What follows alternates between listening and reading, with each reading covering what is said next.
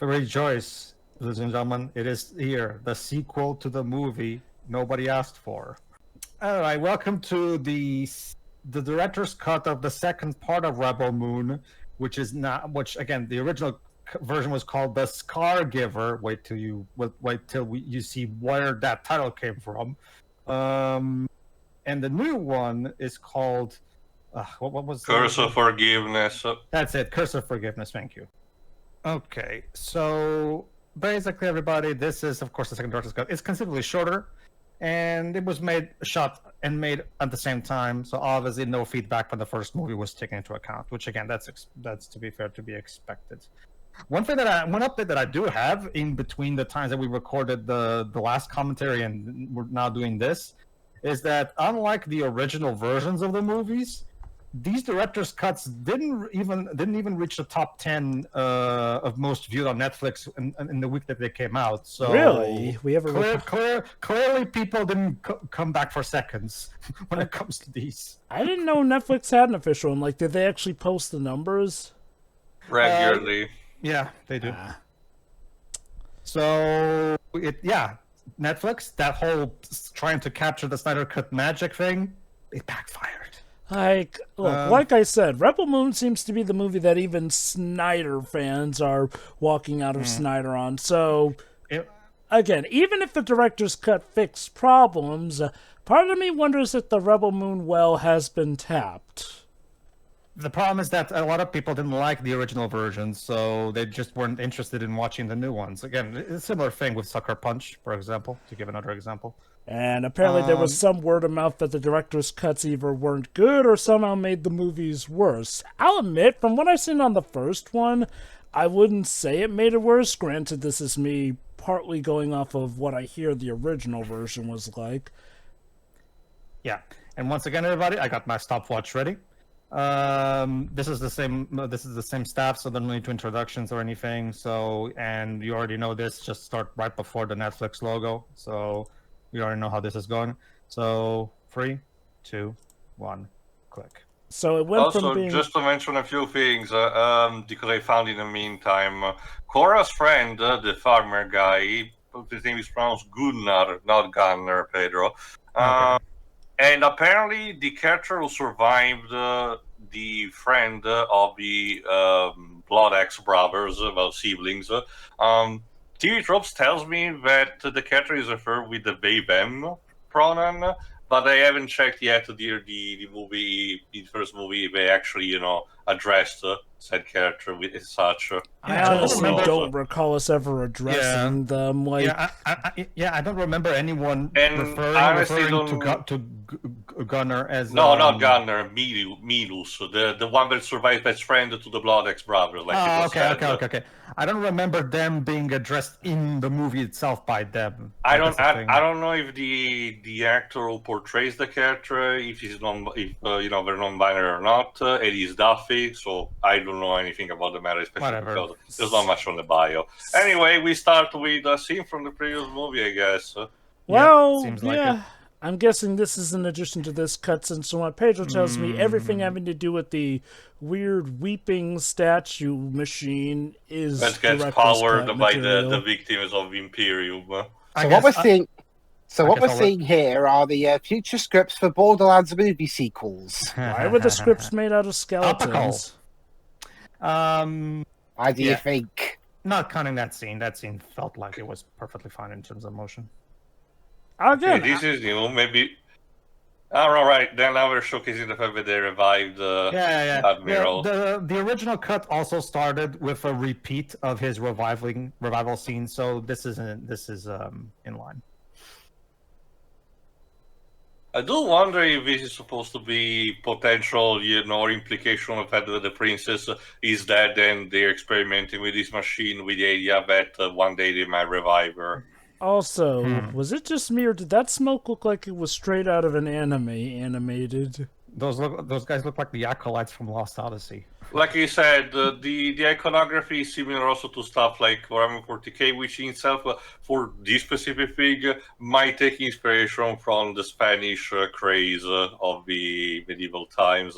And it's I too guess much so. for the statue as it The- closes its eyes and sheds tears of energy. The video game Blasphemous has similar aesthetic. Also, there's another thing that I forgot to mention. You guys have mentioned that you wanted to know more about JC's backstory. Uh-huh. You can know it in a podcast series that is actually being released on Netflix as we're commenting this right now. Oh my. That's probably part of the whole franchising that Zack and Netflix are doing to this. Yeah, they're trying to do something similar to The Matrix. You know what? The original Maybe trilogy, I mean. maybe it's not the worst thing, but I do feel like JC's backstory is something that, you know, should have been in there, but okay, maybe a podcast will address it properly. That Considering how these director's cuts were advertised as the complete versions that answer all your questions and shit. So, whoa, he's in a literal cocoon.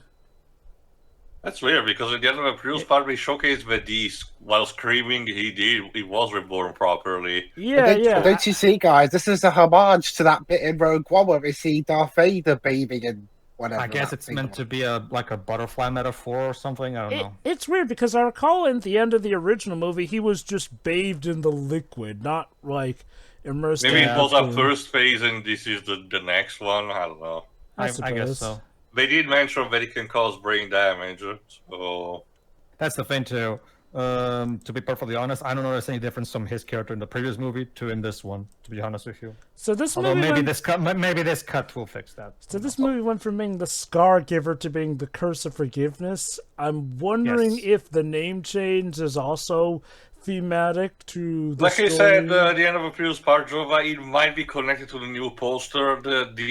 On our right, the princess is holding an object which resembles a biblically accurate angel. So maybe it's something like that.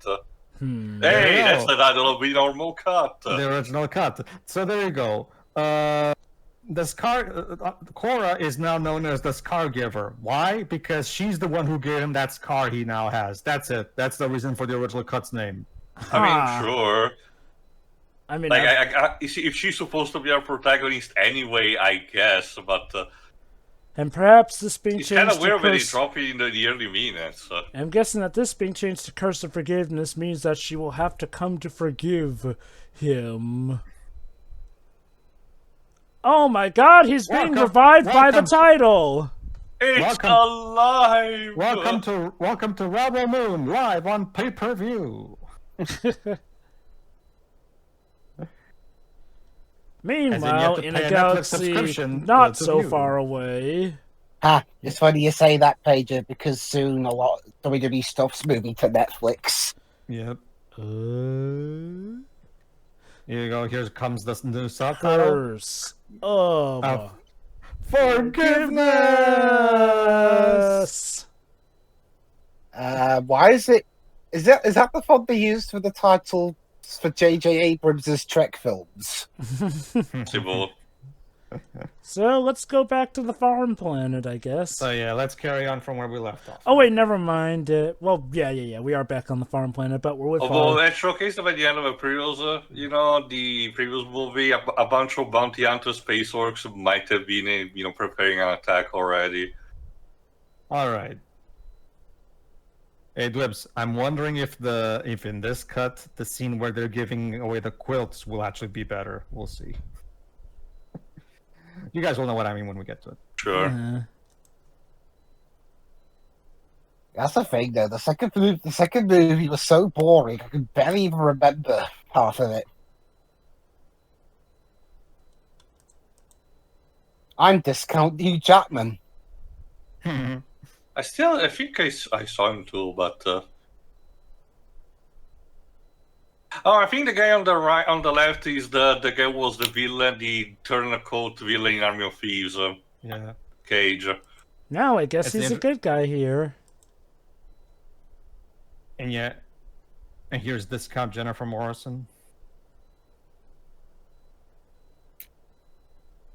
It stinks.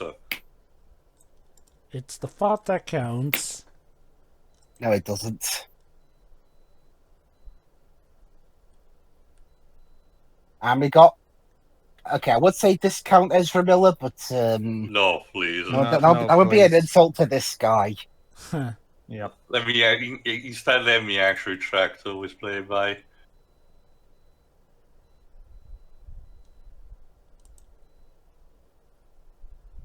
Why? Because you can't.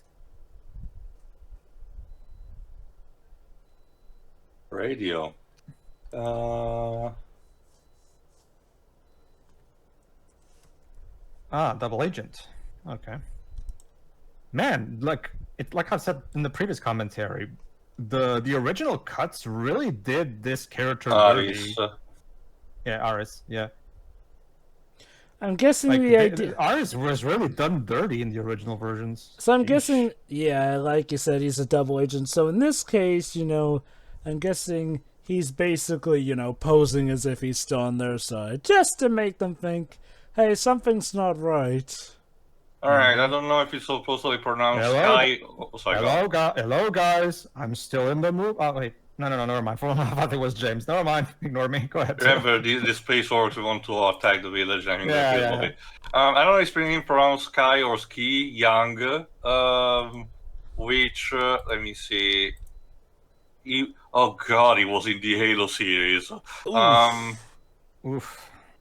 But, and also the 2018 Tomb Raider movies was one of his earliest roles. Well, that movie was actually fine. So. But yes, he's supposed to star in an upcoming set of movies too, so his career is going strong. Hello, I'm still in the move in the series, by the way. Jimmy! Well, I mean, Anthony Hopkins got an easy paycheck out of it, I guess. Hopefully, I'll do something of more substance in this extended version. You said that already. Yeah, it bears repeating, I guess. I don't know. We've made a bunch of food and drink coated with poison. I mean, poise. Again, it's Seven Samurai.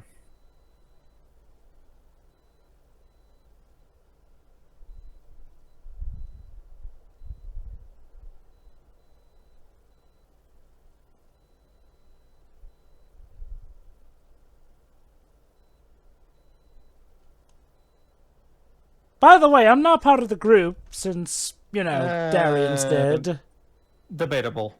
I mean, yeah, nothing wrong with asking for help if you need it. Oh, no, I know. Like, you're saying that in itself is bravery. Debatable. Also, Joe, I'd be surprised. The Legend of Dragoon has something similar to what happened to the Blood Axe brother, being also substituted. Oh, yeah. I'm not saying it can't work. It is a shame it went the way it did, though. Yes, Tips? I was going to say, Admiral B dead. About that. Well, as far as they know, they do not suspect the perpetrators are a machine. Remember, Dwebs, there's a difference between what the audience knows and what the characters know. It's called and yeah, I guess because they know all this shit to be accelerated, they're coming. If they actually knew that if they started right now talking about how he's alive right now, then the plot hole will happen. Oh, how do you know that? Did you read the script?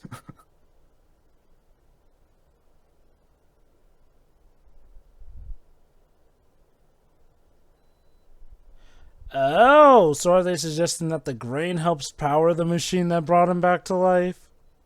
I mean, okay, I guess if it's in the resources of the planet, then that would definitely give more... It might be something similar to the spice in Dune, the idea that it grows only on this planet and it's super special. But it's probably not, again... speech from the general. Thanks for giving us false hope, Kora. Hey, I didn't know they could reverse death.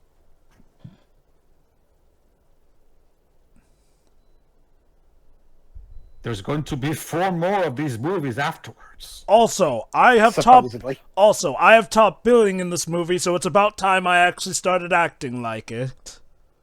Oh yeah, he's the one who gets top billing, isn't he?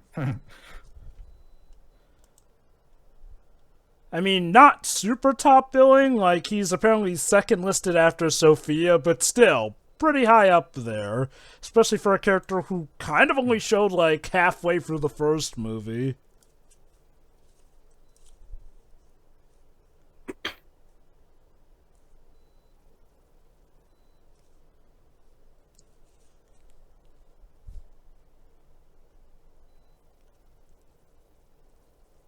It can't be done. How are we supposed to do that?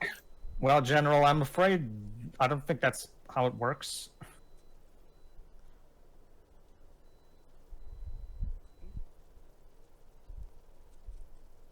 Oh, they had to give an impression that they cannot. Yeah, bartering tool and shield. That's not too bad of an idea, admittedly. Oh, Yeah. no. It's just kind of impractical. Wow, the lens flare in this. Yeah. I guess it's to Zack show Snyder, the but- intensity. Mm-hmm. Okay. That's the thing as well. The first quarter of this movie is farming. Ha! So I guess Farmwork. it's appealing to the German market.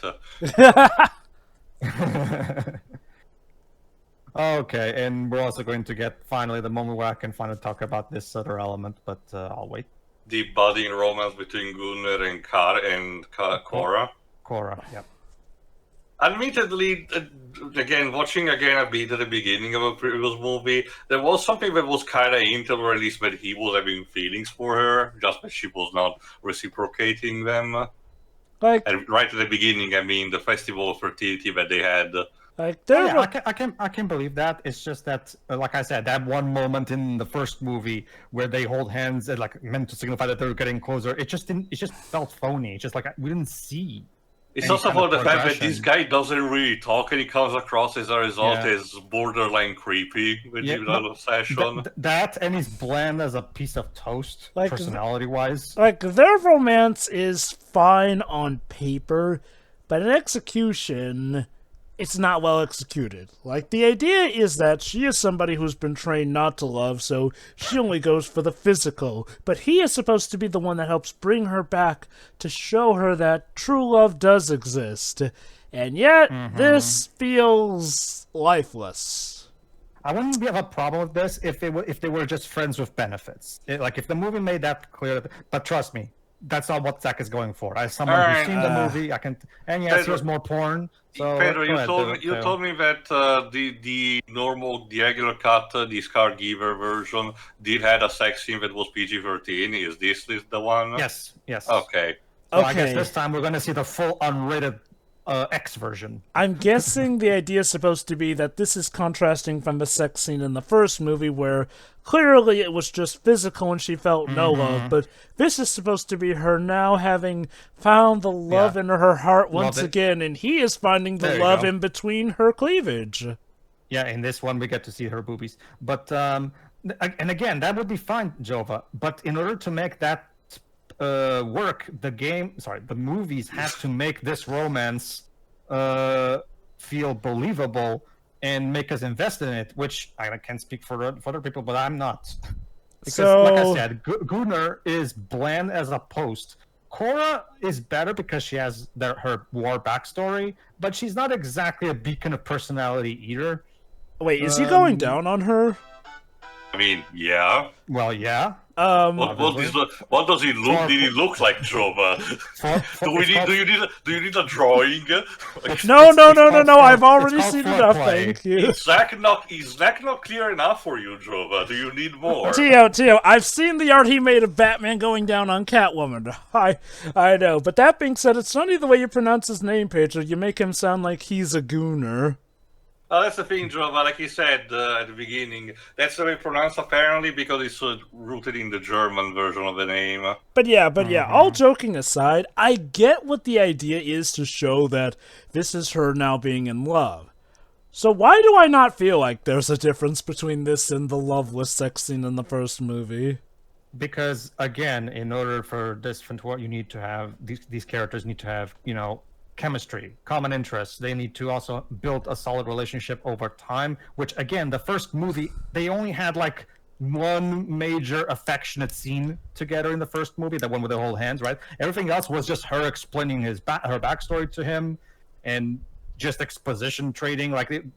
We never saw them grow together, grow closer on a deeper emotional level for this to actually work. Again, if the movie went for, okay, no, this is just physical, they're friends with benefits, that would be fine, but trust me, that's not what the movie's going for. Oh, I can tell. I mean, and credit to the music. The music is definitely trying to set the tone that this is true love. I have to wonder, was this one of those cases where they composed the music while watching the scene? Because sometimes movies do that. I can just imagine the graceful... Tom Wilkenborg strikes me as the guy who would just do it normally without any problems, but... Well, yeah. I mean, obviously, professionally, they probably had to do this without problems, but it's funny imagining a graceful orchestra playing music as they watch this scene, which would not be unfitting in a porno.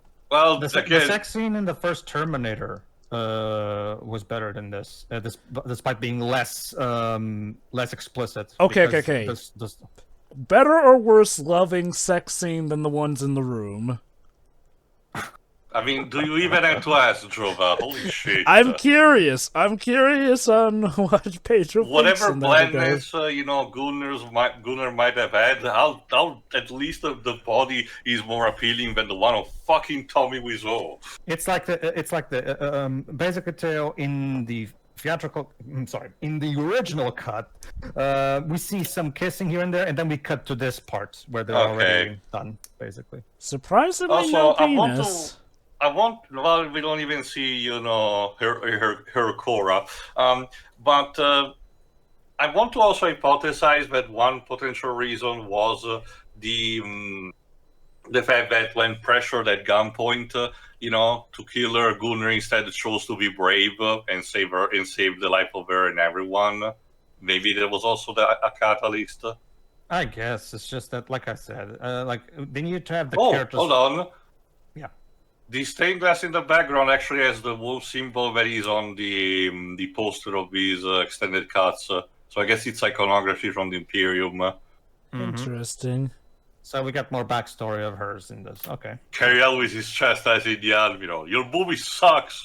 What is it with Carrie Elwes' agent these days? Like this, Black Christmas? Come on, dude. The latest Mission Impossible film he was in was good. Oh, he was in that. Okay, good for him. And like I said, we can still call him back for Saw 11 if they want. Really? You need to have him go up to him in slow motion, too? Royalty decrees it. So what, your stopwatch? Kiss my hand in slow motion, or I will smite you. Godfather.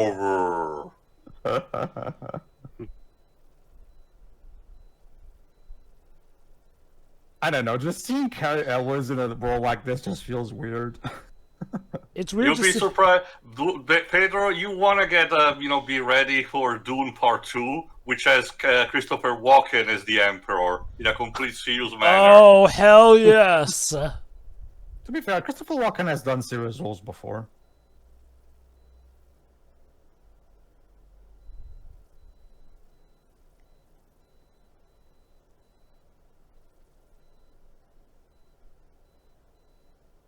How truly dangerous.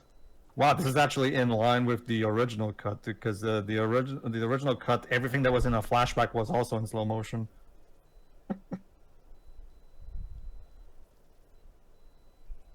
That time is still going, Pedro. I don't know. Don't worry. I'm playing. I've got the stopwatch right in my hand. Don't worry. I'm keeping count. Are you also going to tally this up with the time from the first movie? Oh, there's the no. So, now each movie has its separate time. That would be cheating. Although, sure, we'll do a tally at the end. Why not? I noticed the biblically accurate angel symbol in the background, so I guess it's all the iconography of the Empire. Mm-hmm. Trust me, Joe. But this is the slow-mo is going to get worse than this. I assure you.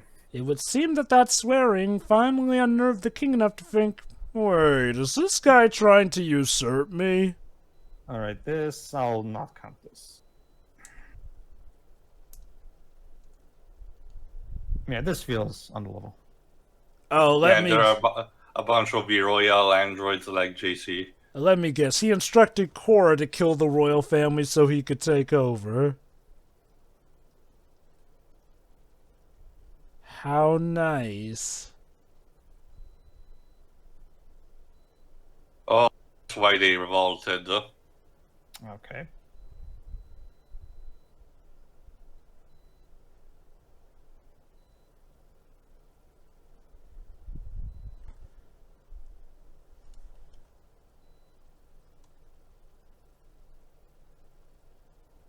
But we'll be dead.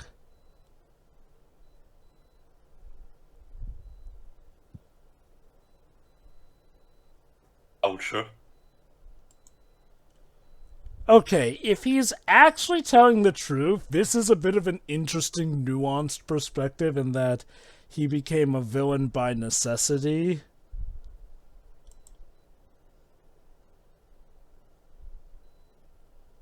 That's an admitted improvement because in the original cut he's just a cartoonish villain. So I guess I'm glad this is fixed at least. Did he not have? okay. Did he not have the speech in the original about how he planned to kill them? This scene you're watching right now, this is all extended cut.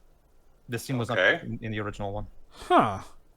That is interesting, since this seems to explain a lot of the motivation that puts us in motion. Hey, Zach, if you needed to cut the movie down to 100 minutes for the sake of Netflix, you could have cut down the farming scenes and included this, since I get the feeling this scene is more important. Just saying.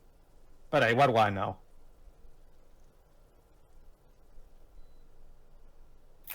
But, of course, there is the extremity that, yeah, while they're doing this to save themselves, that would mean, of course, sacrificing the child, which, yeah, that's sure to, keep you up at night.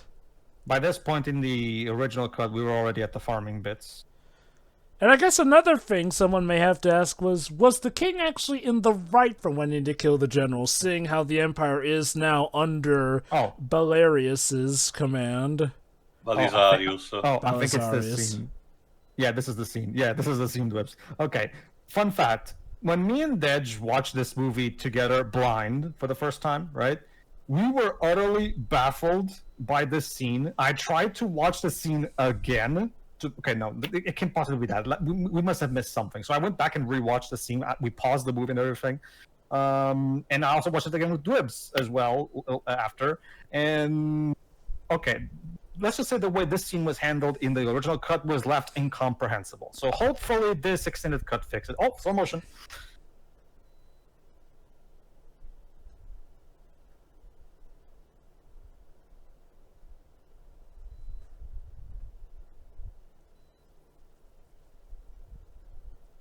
Well, you please lay the princess too. Mm-hmm. Oh, look, it's my daughter. Let us slow-mo walk to her. Let me guess. This is actually she was aside from with them. Yeah, you're right. This daughter's family. Okay, royal family. Let's slowly walk towards our destination. Yes, let me guess. Allegory for the Romanov dynasty. Well, let's see.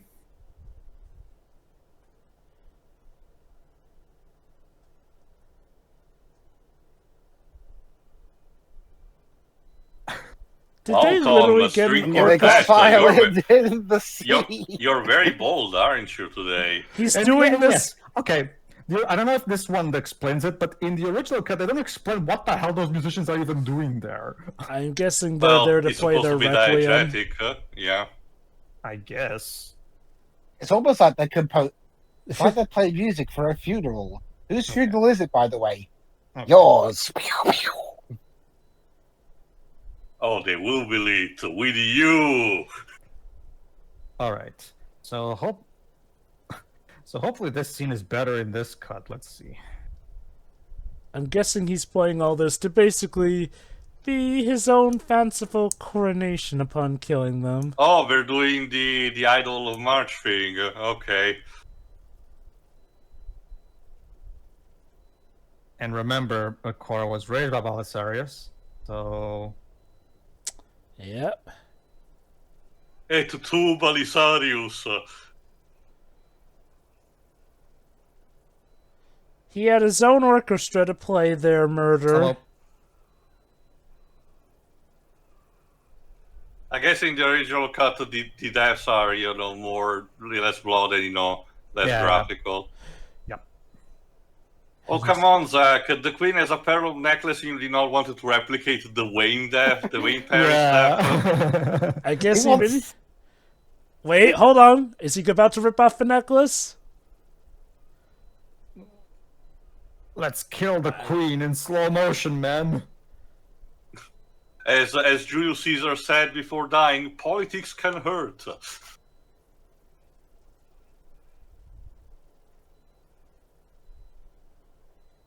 Also, I completely missed the fact that Belisarius had a Scottish accent. No! It's no this is Sparta, but I guess it's close enough. Oh, there's the curse of forgiveness. And there you go. Kora is the one that killed the princess. Who became... And I guess because of her innate psychic powers, her death is not ordinary. Mm-hmm.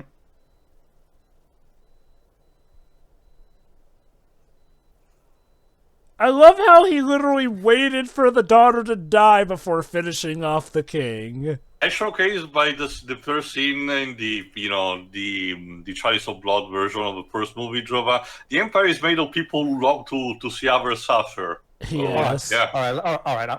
Yeah. This. Oh my God! It's just like the original cut. What? What you told me to do, you prick. Exactly. Oh no, it's just the same. Oh wait, hold on. I think they're making her the scapegoat. Yeah, they're basically pulling a scar and blaming her for the deaths. But everybody saw that he was the one that ordered her, though. I think everyone in the room is in on it. Yeah, that was a conspiracy, Pedro. Really? Oh, slow-mo shouting. Murderer! Well, crap! The daughter that I trained so well might actually take issue with me framing her. I did not see this coming. Props to the string quartet for maintaining the nerves of steel during all of these, I guess. I know, right? We were talking about that before. I guess so. But she can't bring herself to kill her father. Her mentor figure. Mm-hmm. Bye! Bye, Daddy.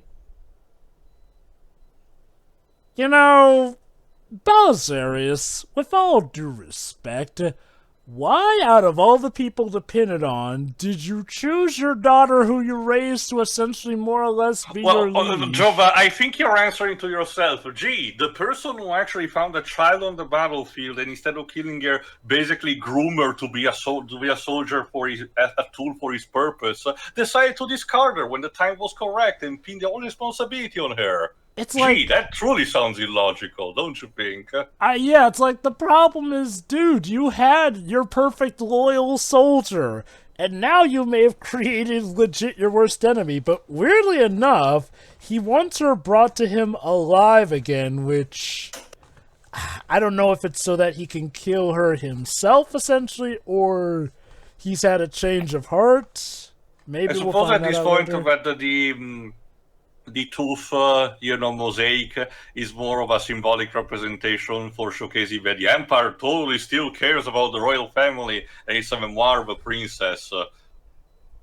Okay. Wake up! It's morning, ladies and gentlemen. It's time to do some farm work. All right. Hooray.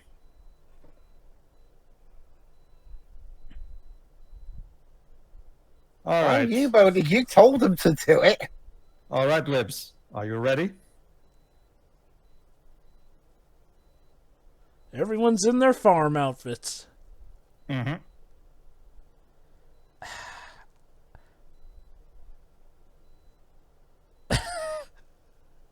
Yeah, someone had a very good morning by the looks of it. Everybody look at her and laugh.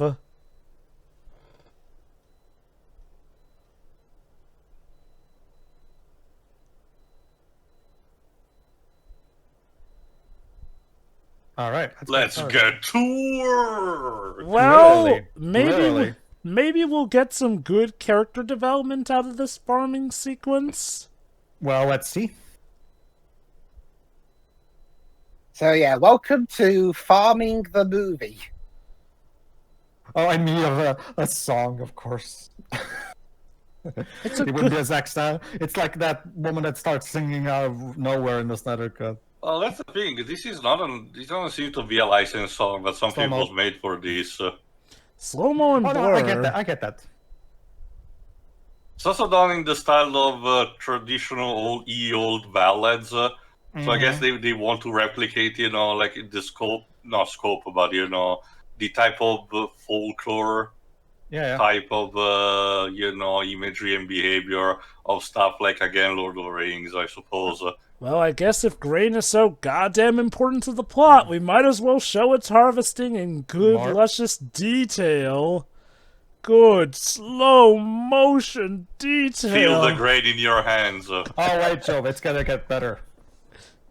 Love the grain. Blow the Simba is grain. alive. Oh look, there you go. That shot. Thank you, Zach. That shot of the bug really added a lot to the story and the lore. And he eats the grain because what? Well, to be fair, that's kind of the point. The grain is edible. I thought they were trying to harvest the grain, and there you go. Slow motion farming, ladies and gentlemen. I'm counting, by the way. I mean, why wouldn't you? Look, Zach, I understand the plot point. Yes, they're farming so that they can have all the grain so they can use it for their plant. I get it. But we don't need to see every single little minute of it. But Pedro, how else will you know that they worked really hard? This film should have been called The Grain Picker.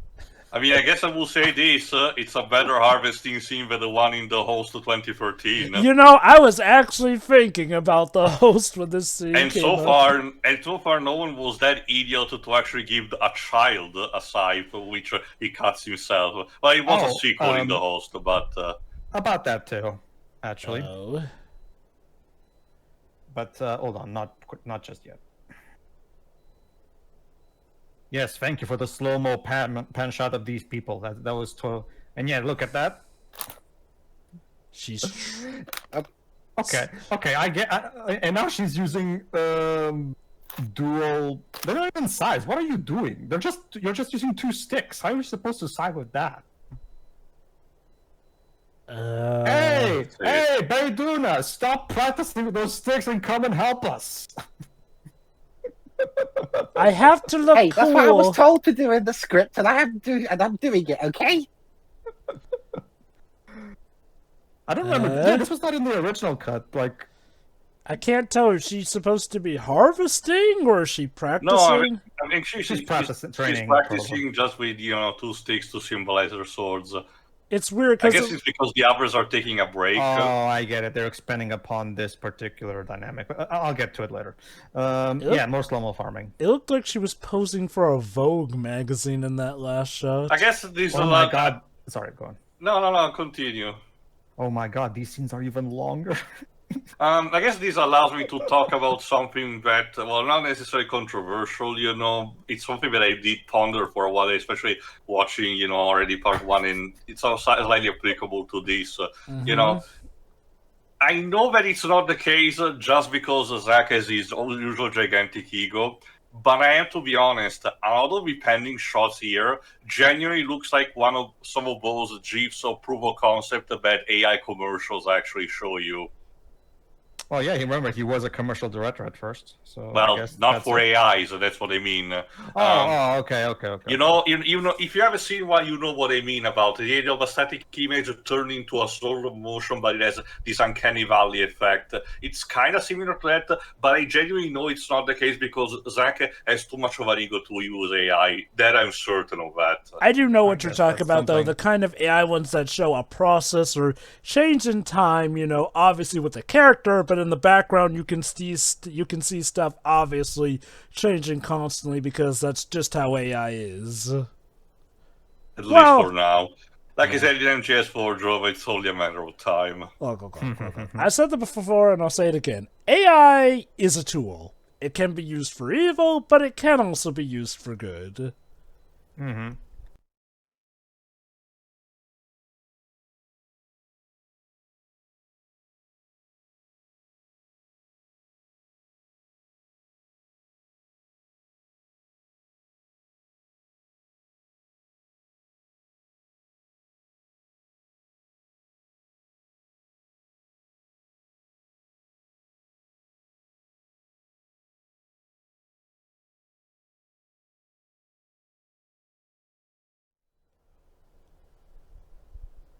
Will somebody please quiet down It's, Brian Irons? Yeah, I think it's archive footage of the first movie when during the barn scene. Oh, actually, no, it's not. Okay. Cowards. Fucking cowards.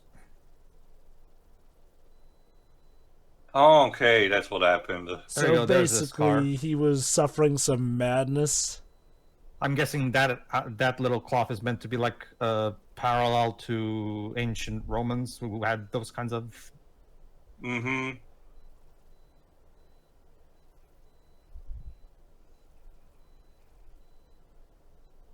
Just doing my job, sir. He really just was doing his job. Jeez. my face is your warrant.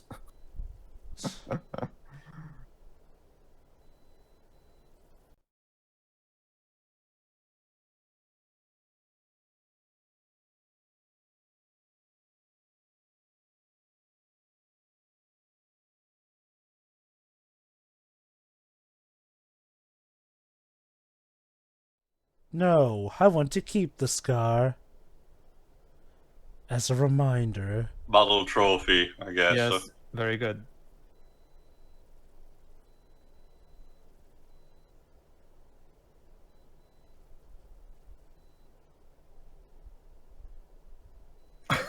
Please don't flash us, sir. I get what he's trying to say. I get it. It's just that, you know. Yeah, when I have crushed our enemy and shown her off, I will strip. Also, wait, I know that it wasn't exactly subtle, but the neon behind him really looked like a halo. All right, here we go again. Tracks of land are nice and all, but what was with that panning shot? Jova, like I've said, you need to see every single step of the process of creating the grain for our plan. It's super important, Jova. Yes. Can't you see how this adds so much to the lore, the mythos, and the characters? Look at how much it adds. Yes. But to paraphrase Monty Python and the Holy Grail, why were they focusing on her tracts of land? And okay, I get it. It's a thirst quenching scene because we also had the shirtless dude there. Yep. Shots for the men, shots for the lady, shots for you, no matter your sexuality. Unless you're Airways. You could have easily gotten the point across by just showing a couple shots that last like 20 seconds tops, and your point would have been made. There's no reason for so much slow-mo. Oh! Why? Oh, Why? yes! So look at every single seed, showcase how cool they are in slow motion, I guess. It's like similar to when you slow-mo a water particle, I guess. It is official. I'm sorry, but this is just laughable to me. I'm sorry. Look. It's official. He's trying to make farm work look cool with slow motion. Good luck for that. And you know what? Look, maybe in some ways you could. But I'm sorry, this ain't itchy. Are you sure that's not G1 Houndsy drinking on set because he's like, oh, God, how much more of this filming shit are we gonna do? Slow-mo dunking the fucking serious. Okay. Even if the movie ain't good, it is definitely feeling a lot more riffable than the first part. That's what I said, Joe. But then this movie is the main reason why I wanted to do this, because this is the movie that I actually genuinely like riffing on. Well, don't you see? Slow motion water tastes better than regular water. I guess it does. Oh my God, it's still going. It's still going. I mean, those crop faders are not gonna harm themselves. Oh, hey, Jimmy. Hello, I'm James. I'm James, and I still haven't done anything of substance. Back to you, John. Jimmy!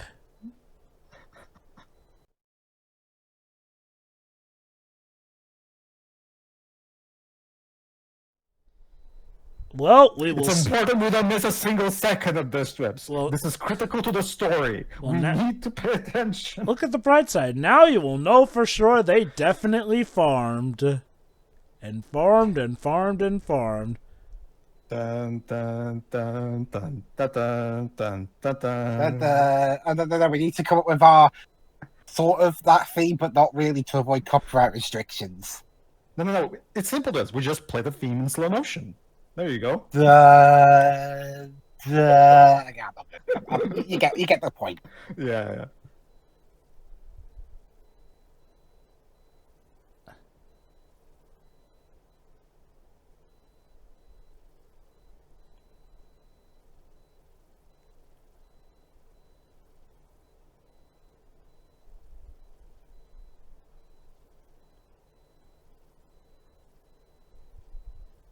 He's just that evil. Mm-hmm.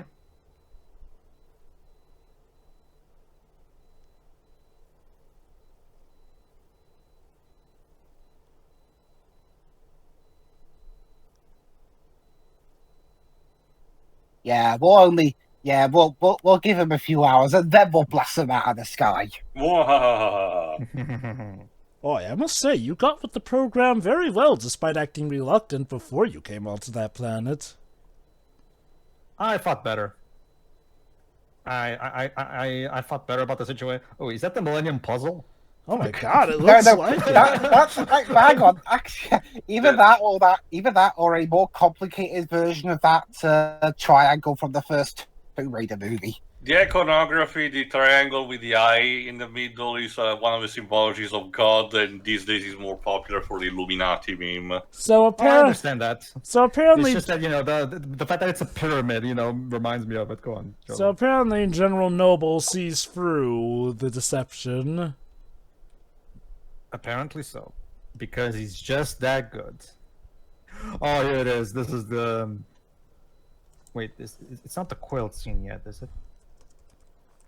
Yeah, it's the flashback scene. Okay. Gotta get my stopwatch ready.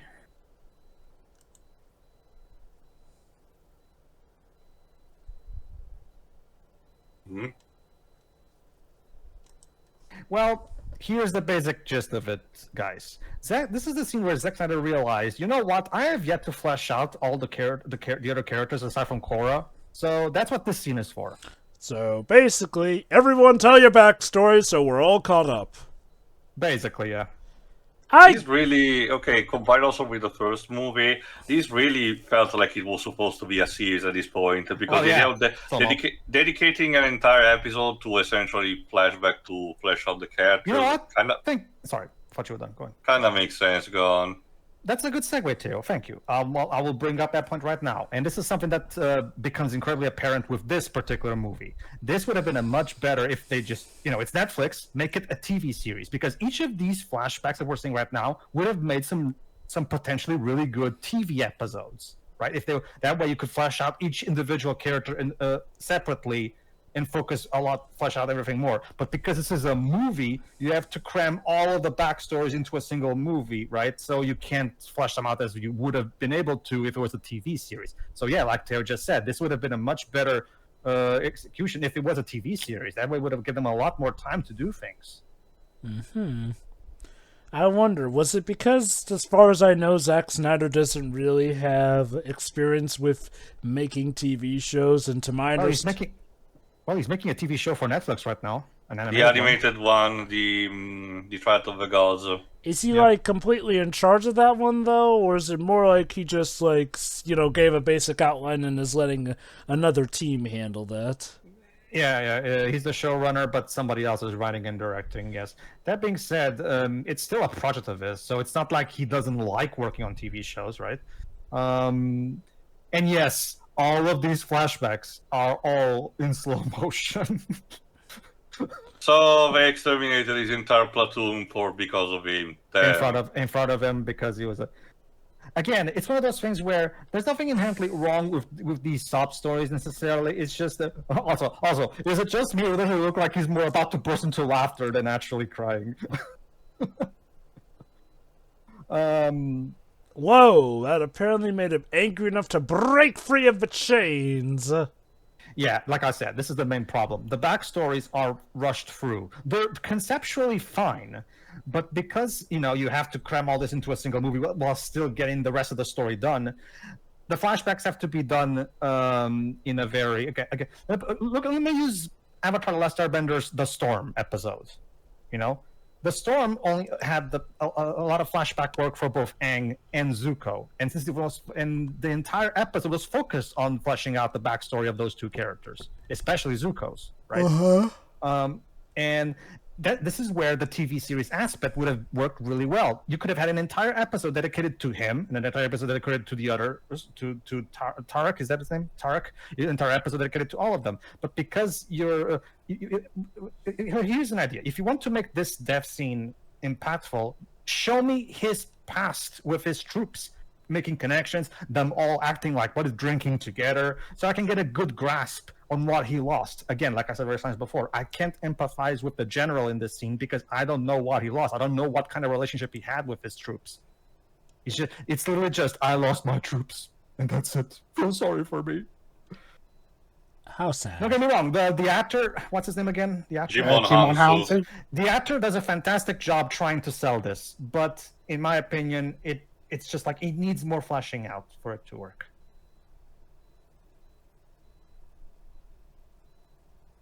Okay, sorry. Oh yeah, and here's the character. Okay, even by the standards, and here's more slow-mo. Even by the standards of this movie, I really don't care about this character. This character just feels like the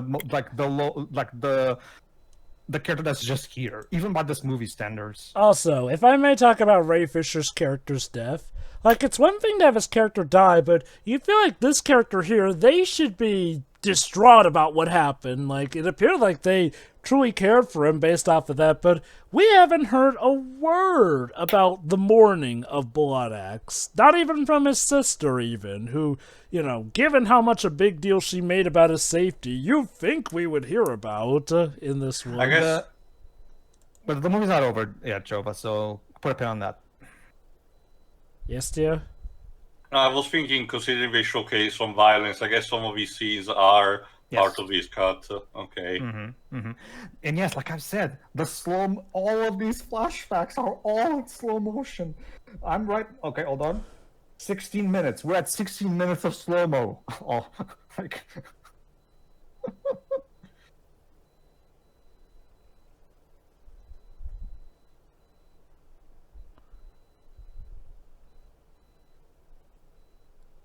Die. Yeah, again, it's the same problem I have with the general's backstory. It's just, I used to be happy, but then suddenly the Empire killed all of my people. That's the other problem. The backstories all overlap between each of the characters. All of the backstories of these individual characters boil down to the same thing. I was living a happy life, then the Empire came and killed all of my people. That's it. That's all the backstories are. We got hinted at Nemesis is in the last case, this is where the Blood Axe found oh, look, it's Ray Fisher. I know I've said this before in the previous commentary, but it bears repeating. I really wished Ray Fisher's character was the one doing the fight instead of her. If don't get me wrong, I don't know what's wrong with this actress. I'm sure the actress is cool, but man, Ray Fisher's character is way cooler in my opinion. Here's my issue. This feels like a last minute, oh yeah, we killed off Ray Fisher's character, so we gotta give this character a new heightened sense of importance. It doesn't feel natural, it feels like a checklist, whereas Ray Fisher's character felt more naturally integrated into things. If you had to kill him, at least wait until this movie, I'd say. The latter half of the movie, since, again, as far as I know, were technically considered two halves of the same movie. There you go. All right, so Baiduna's character, like I said before, Nemesis. Is my favorite. Nemesis. I tend to forget. I tend to really forget the names of the characters a lot of the times. That being said, like I said, Nemesis is my favorite of the group, and her backstory is also my favorite of the group. Her backstory was hinted in the first movie that she was a mother but lost her kids. I'm guessing it turns out the evil Empire wiped them out too. Yeah, well, in this case, we're actually watching her at a younger stage before that. Oh, before she had kids, shoot. So she's had quite a bit of tragedy in life, it seems. Well, all of them did.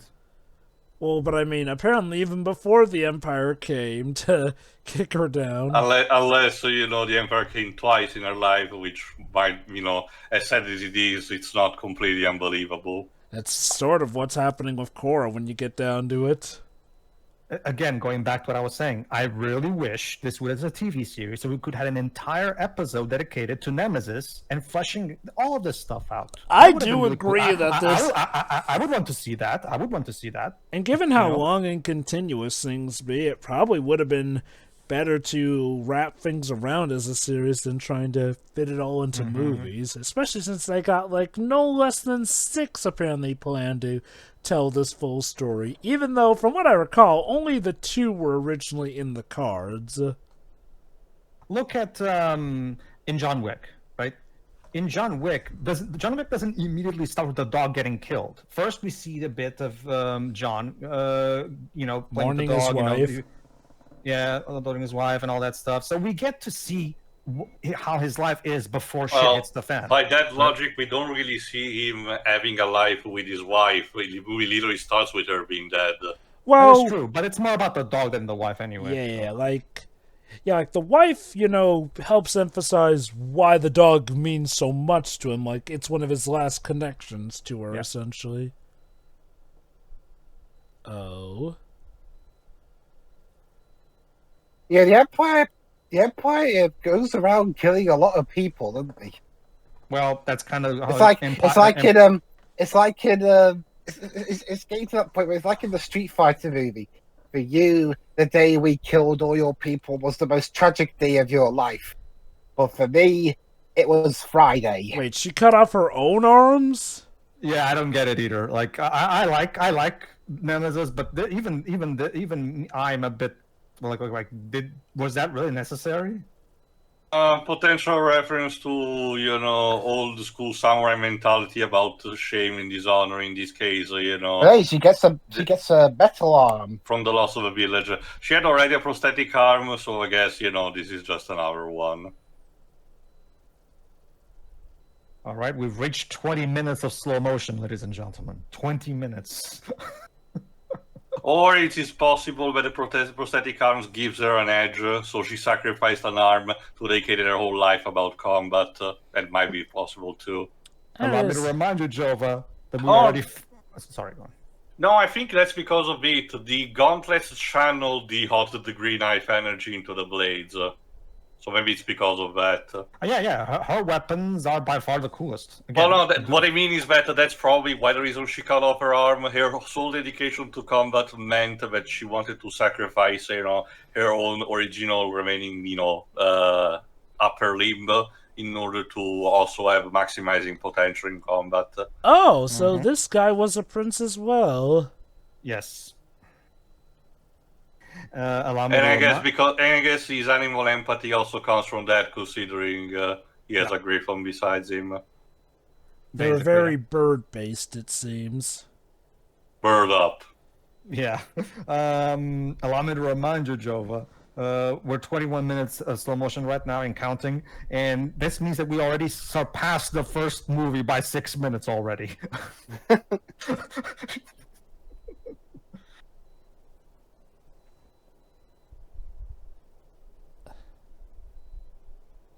And then the Empire arrived. Oh god, this bit. This is probably the worst of the backstories for me for one particular reason that I will mention right now. She decides to commit suicide instead of falling victim to the Empire. I think the idea is like she's standing her ground against the Empire. Preserve the bloodline. I'm not sure if killing yourself makes you preserve the bloodline. I'm not sure. It's for the son, essentially. Since he is part of... Wait. She really did just want to commit suicide? I legit thought she was just going to stand there and let herself get blasted. Slow-mo suicide!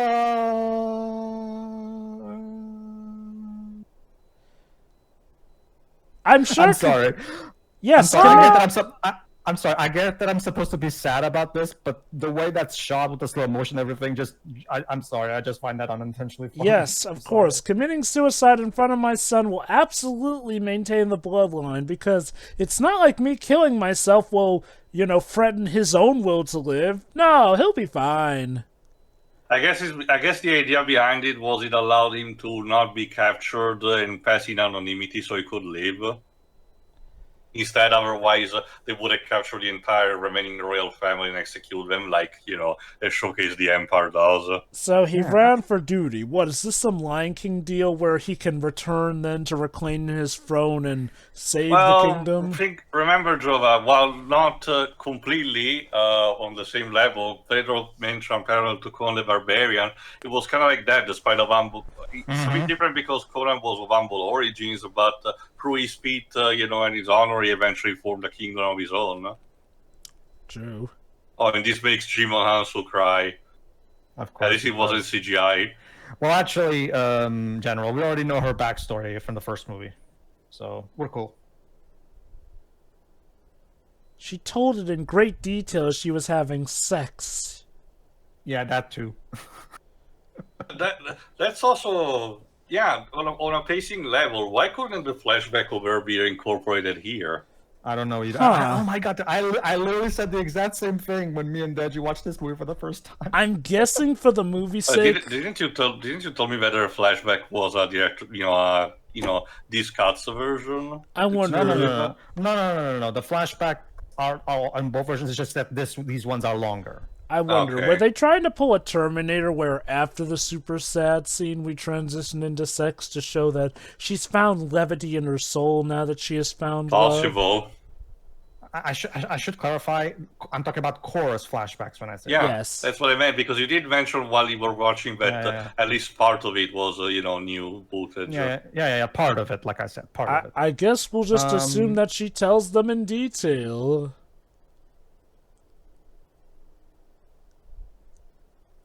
Get it? They believed he was drinking alcohol instead. Okay.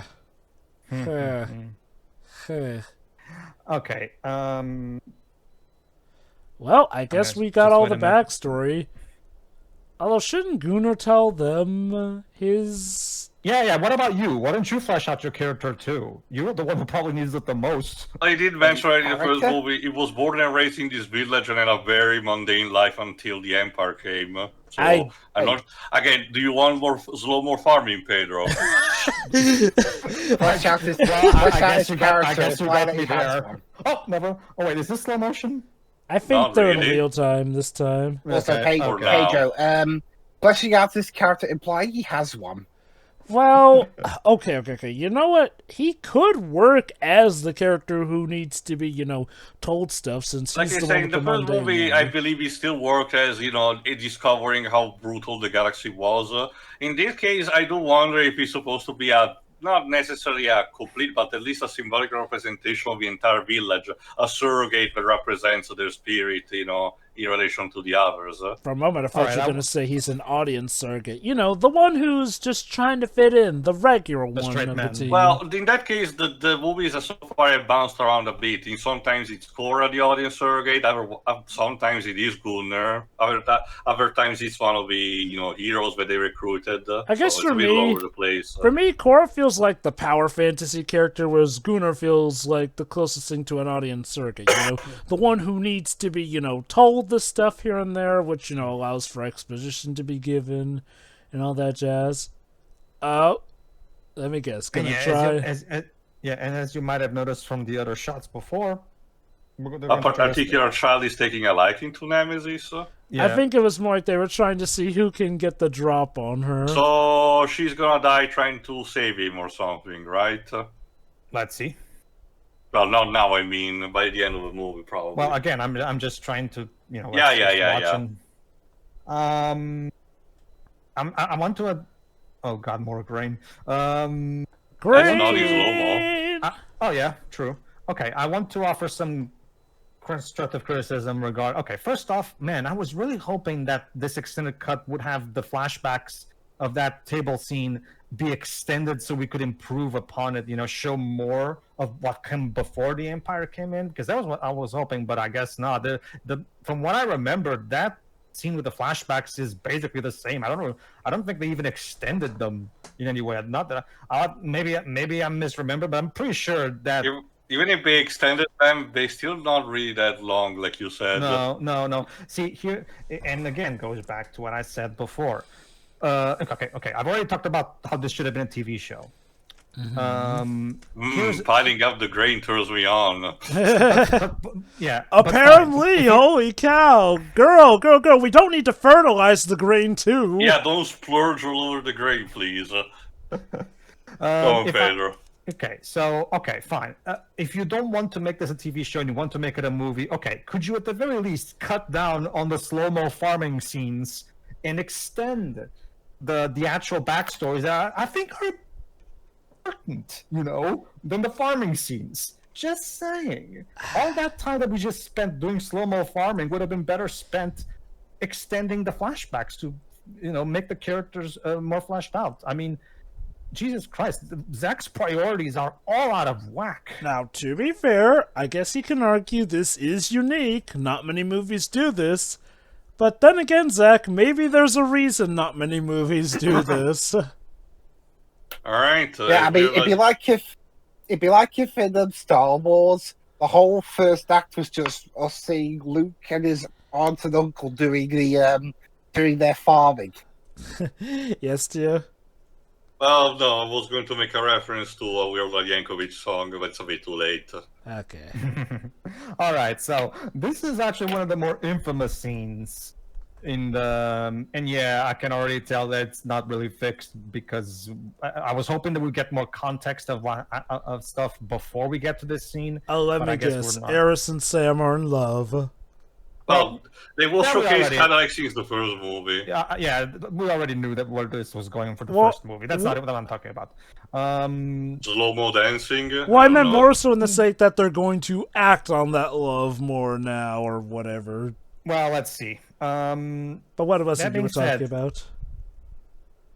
That being said, this particular scene is one of the ones that people criticize the most online, because it feels completely and utterly unearned in what they're saying, and you'll see what I mean when Jennifer Morrison's character brings up her stuff. Oh, we're not about to give this character a love interest too, are we? Again, just wait and see. Yeah, here it is. Listen to this.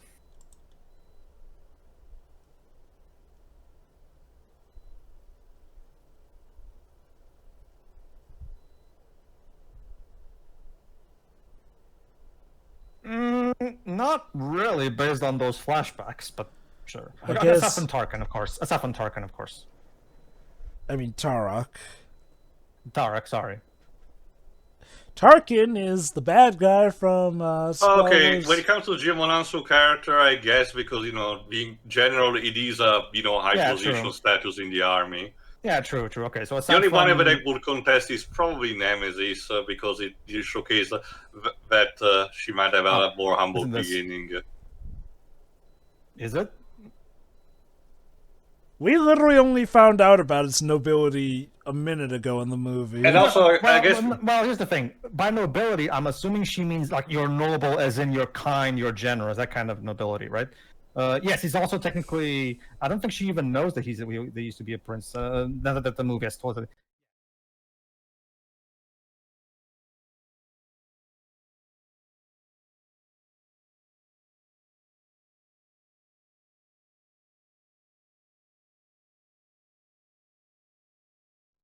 And then, like you mentioned, really, she brings it. She's playing this shit. What are you talking about? She again. Comfort. I'm sorry. This character is literally just a replacement for Ray Fisher's, as far as I'm concerned. I want to see what he says about Nemesis.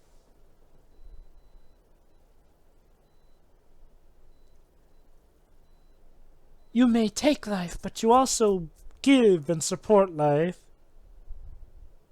I have to replace the life I took with something. Wait, hold on. How does she know she was a mother, though? Did she tell them that? Like, I know she told the others. Well, again, we mentioned that this is happening over the course of 5 days, so I'm actually, at least in implying that they talk with each other than just that scene at the table.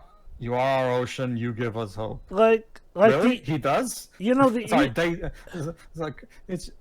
you see, this is the problem. Like, Zack Snyder cannot flesh out characters to save his life, so he has to have the scene tell us what are their characteristics. I'm still stuck on the fact that she knows this stuff. Like, an easy way to fix this would have been have them discuss this in front of others, so we could at least imply that some had overheard them. Now, with Kora, it makes sense, because, Kora's lived here for years, and they all know her perfectly, so in this with Kora, this makes sense. Yeah, I would contest a bit. Well, in that case, also Gunnar shouldn't be that much of a problem. But I would contest a bit instead, giving her, her tapestry being based on the old Imperial iconography of the wolf, because having a reminder of a person that she actually killed, I'm not sure it's a good idea. But let me explain something too. Yes, from her perspective, it makes sense that she would know him all that because of it. But we, the audience, we can't feel the same way she does because we've never seen him do much in these movies. It's one of those, again, telling, not showing, and that's the problem. Like, there's a lot of again, those flashbacks should have been extended. Okay, something doesn't feel right though. This feels like we're nearing to what should be the climax, or at least maybe close to it. I can imagine, Trevor, maybe the second half is a gigantic fight scene. Yeah, that's basically what Theo just said. The second half of this movie, Job, is just one gigantic long action sequence. Hopefully it's a good one. There's going to be a lot of slow motion. Not to mention those space orcs that were actually, checking on the cats by the end of the movie. They're taking their sweetest time. Yeah, true. It's been like the 3 days. Like, unless they're supposed to be acting as, reconnaissance for the Empire, as in, hired guns for them. And maybe that's why the Empire knows that Eris is lying. Possible.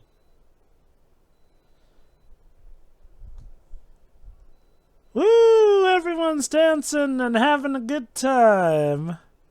Another thing that would have made the flashbacks better is to have them be in regular motion for the same reason that I've already explained in the previous movie. Again, Zack Snyder abuses slow motion too much. Slow motion can be good, like I've said, Christopher Nolan's Tenet. Thing is, if you use it too much, it becomes repetitive and just becomes very gimmicky. Oh, speech. Oh, yeah, his speech. And he's going to say it in a different language, in fact. Is this some kind of... Yeah, is this some kind of African language that he knows? It says Titus sings in Fon. I don't know what Fon is. I'm guessing it's a language potentially made up for this movie, but you know what? Let me just look it up just so that I don't have egg on my face. Sure.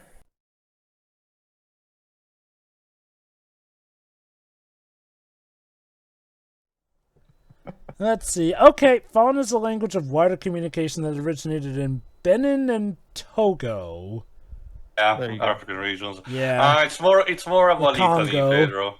Yeah. So Sorry, go on.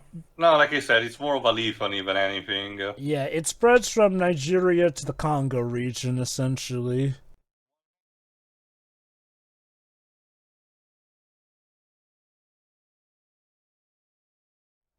So I'm guessing back to you, John. So I'm guessing the general comes from the planet equivalent of Africa. Whatever and out of universe is an excuse, for Netflix once again to say, see guys, we're good with diversity. Please like us. So please tell me James or Jimmy will do something. I can only imagine Anthony Hopkins. Easiest paycheck ever. Did they actually pay him for this? Well, why wouldn't they? Well, I'm assuming so. Yes. Well, I guess part of me was wondering if he's even going to speak at this rate in this movie, but I'm guessing he probably will. Mm-hmm. He's credited and everything, so. That said, yeah, like, imagine getting Anthony Hopkins and, okay, granted, granted, maybe you don't want to overuse him. I get Yeah, maybe it, it's but... the opposite because he's too old. But in that case, pick someone else. I'm pretty sure there are other celebrities that you can use. Okay, to his credit, I think Anthony's only doing the voice. I think another actor was credited for doing the actual... Well, body that's stuff. still what I mean. Anthony Hopkins is still probably too old, even when it comes to extensive voice acting. I don't know. He seems to act just fine still, from what I know. Like, my guess is, honestly, they didn't want to overuse him because, oh, well, he's a big name, but we want to try and give the newer blood or lesser-known actors more of their time is more the logic I'm going off of. Because otherwise, why would you hire someone who I assume is going to be pretty expensive for Anthony Hopkins, given how renowned he is? Normally, you get an actor like Anthony Hopkins when you need. Oh, okay, we need to give this character some kind of gravitas, some kind of weight. We need a capable actor that grabs people's attention, and you get Anthony Hopkins. That's why they got Christopher Lee to play Ansem in Kingdom Hearts 2. That character doesn't have much screen time, so we needed an actor who has a big gravitas, a big screen presence, even in voice. So you get Christopher Lee, who's an incredibly compelling actor, just by his voice, right? It's also why you got Anthony Hopkins for like the role of the original Zorro in Mask of Zorro. He fits that character just well. It feels weird. Now, I'm not going to say that James feels... Oh, here we go.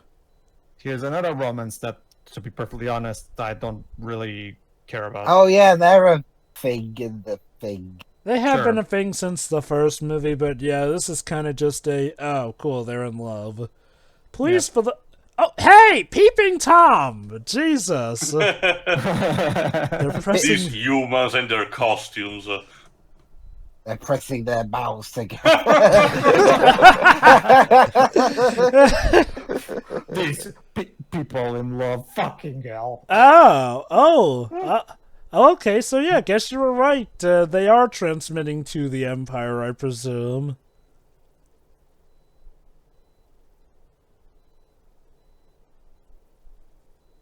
We'll stream their lovemaking to the Empire. And yeah, there we go. And the Empire, and everybody in the Empire is like, great, free porn. Good lord. Considering what the Admiral was into in the first movie, I get the idea he doesn't find that impressive. Joe, Cyrus comes in. Hello, everybody. I give you free porn. Yay! Oh, even Grandma's getting some lovemaking done, I guess. With Tara? With Tark.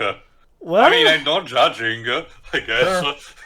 Okay, but why? Like, this tells me a lot more about Tarek than that scene with the quilt. He's into old ladies. I mean, he's into older ladies, and I don't have a problem with that. It's just okay. Is that to show us that he has a love interest who may or may not be taken hostage later? I can tell you that scene is exclusive to this cut, and she doesn't really appear in the original. So I don't know if maybe she's going to return in this version. I mean, it's more of a factor, Jova, the fact that after the feast, previously everyone basically banged because that was something that was established also in the first movie. I mean, Jova, there's no TV, there's no video games. What else are we supposed to do for entertainment? True, and hey, if that recently found caveman painting of literally back shots being given is anything to go by, that was a thing we did for fun even back in the caveman days.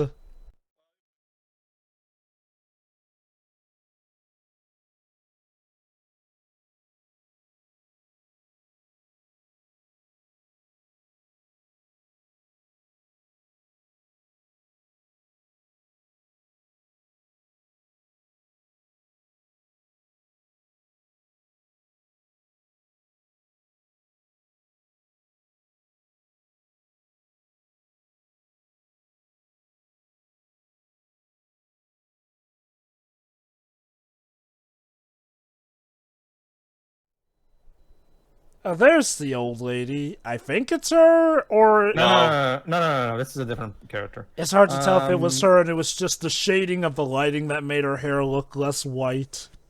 Yeah, again, I hate scarecrows. Again, if Zack brought back his color scheme from the Owl movie, which is his best in my opinion, things would be a lot easier to tell.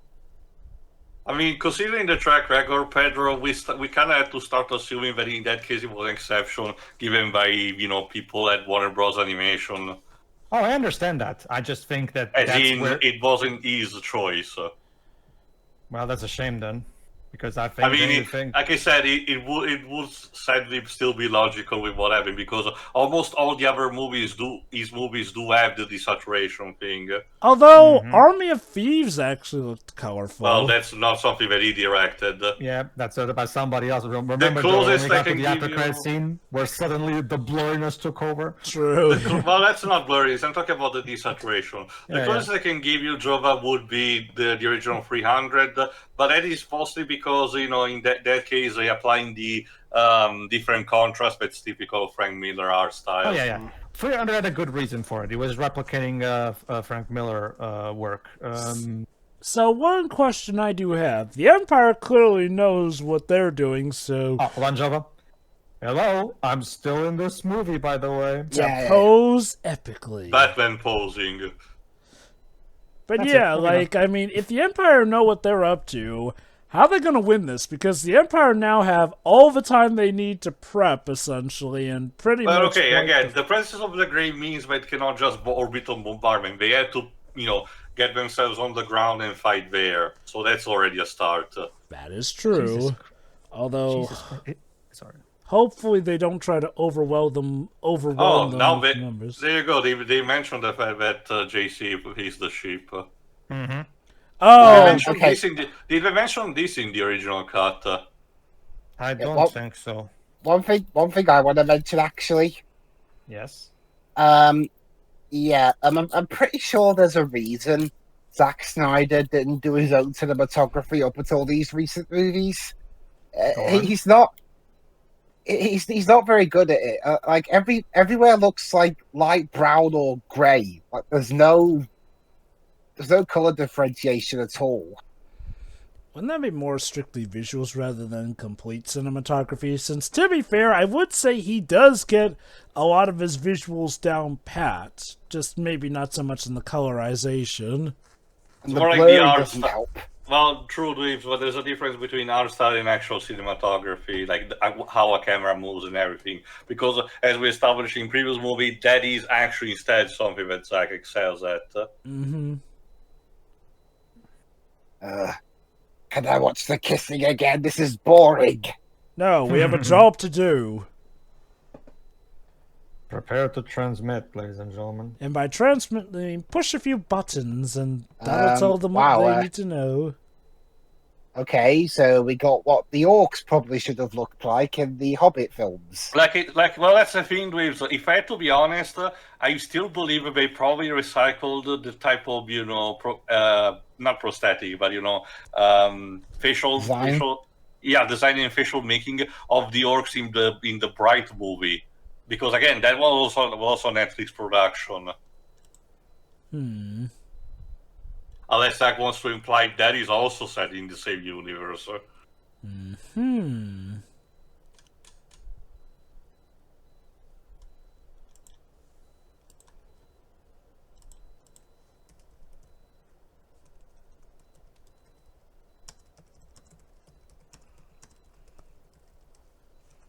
Oh, JC is doing something. Good job. Maybe. And you can tell that he's in Viren mode because his headlights are red. So, Jimmy, why didn't you do that before they started transmitting? I guess he did not notice them. Oh God, it's the Dead Space stomping.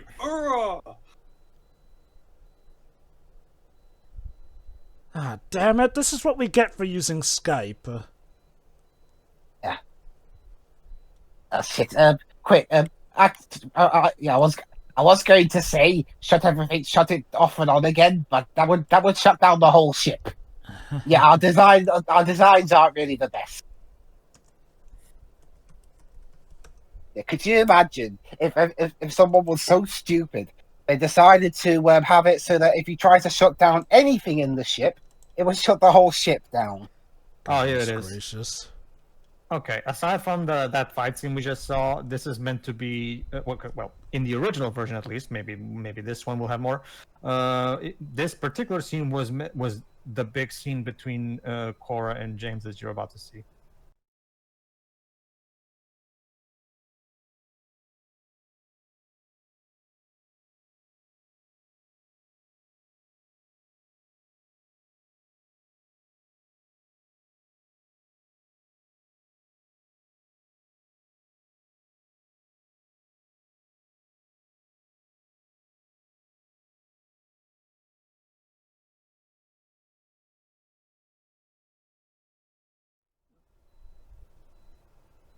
Oh God, James! Jesus Christ, James! He really is Batman. Yeah. Did Anthony Hopkins want to play Batman at some point? But actually, it would work as an old Batman in a Batman Beyond movie, I guess. Remind me, was Anthony Hopkins one of the guys who tried out for Batman '89? I don't know. I don't know. I'm pretty sure. Okay, correct me if I'm wrong, but I'm pretty confident Tim Burton immediately went for Michael specifically because he worked with him on Beetlejuice. I mean, Hopkins would go on to have Silence of the Lambs not long after. So yeah. And yes, finally, Anthony Hopkins speaks. Also, isn't this ironic, seeing as how he had a good bond with the princess, but now he's working with her killer? I am, therefore I am. I think, therefore I am. Who knows? Maybe I have emotions, maybe I don't. Wait. Zack hasn't exactly thought this through. Wait, are they implying that the spirit of the princess is within Sam and that's why James has been protecting her? It more seems to be the case with the exposure to these different things on this wound, has essentially given a scramble to the AI protocols of him, which is the closest he is on developing a soul on his own. It's not about fighting what we hate, but about defending what we love. Why he decides to adorn himself with the cape and the horn, the idea of trying to find a purpose in the world and getting a connection to nature. Mm-hmm. All right, now we're extending on the scene because in the original cut, that's it. It's just the waterfall part. So they not even show him busting the communications of the space orcs. They left that intact, it seems, for now. Never tell me the odds. Of course.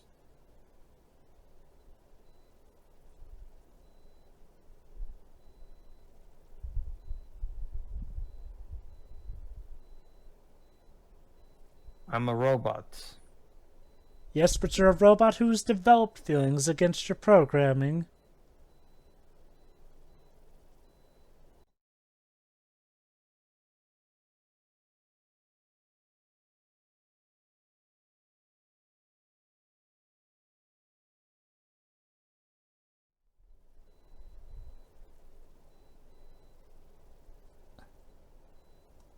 That ain't good.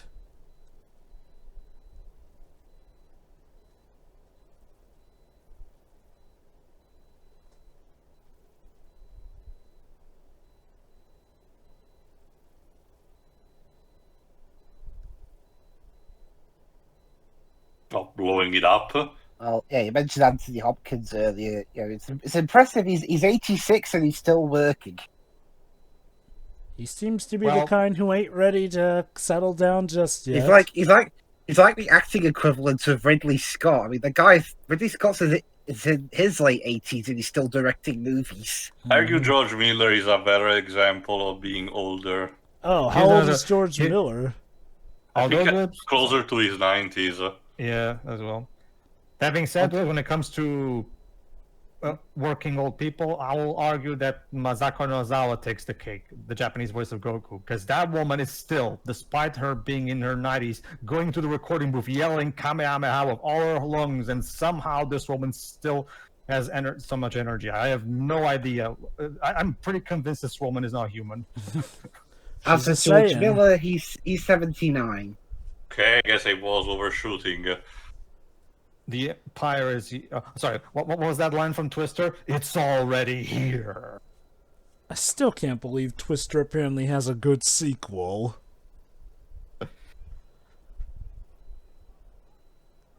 God, move, move, move, move! Come on, go! We'll set traps like Home Alone! Hey, and make sure you don't do it in slow motion this time. We need to hurry up. Wait, not in slow motion? But we work best in slow motion.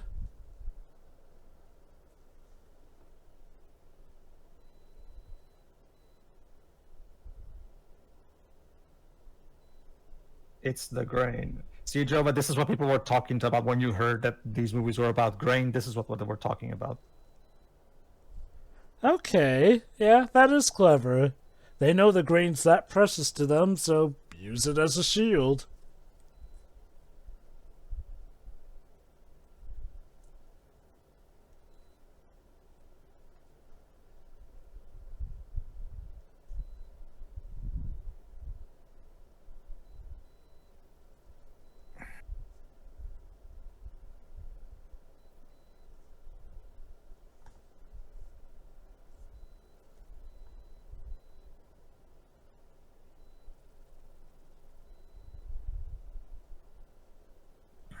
Going to go straight for the heart on this one, I see. That shot, it looked like he was looking at the camera. First we attack their hearts. Yes, that's a hot kettle. But don't you see, Jova? Well, actually, let me check something real quick. No, I don't think it's the same. No, it's not. Okay. But don't you see, Jova? Again, that shot of the kettle was like... That shot is what holds the whole movie together, Jova. Also, Erin was already short. Like, did she need to cut her off some more? I assume that she did it for a practice. Oh, she's completely shaving. Okay. Yeah. I'm guessing it's because so that doesn't get in the way during the fight. Yeah, that's what I was thinking. But to be fair, the hair was already short like that. I don't mind. I just think it's potentially overkilling. But you do you, I guess. Oh wait, she's shaving her hair to look just like it was when she was in the army. Maybe that's the idea. Yeah, potentially that. Show them that now their greatest weapon is fighting against them. Me personally, I'd probably have just maybe cut the hair a little, but not too severely, but whatever. You do you. Alright, time to start the war for the grain. Also, how much fuel was that ship consuming? Holy shit. Yeah. Yeah, with that black smoke, unless it was already damaged. Oh no, I guess it's part of a design, okay.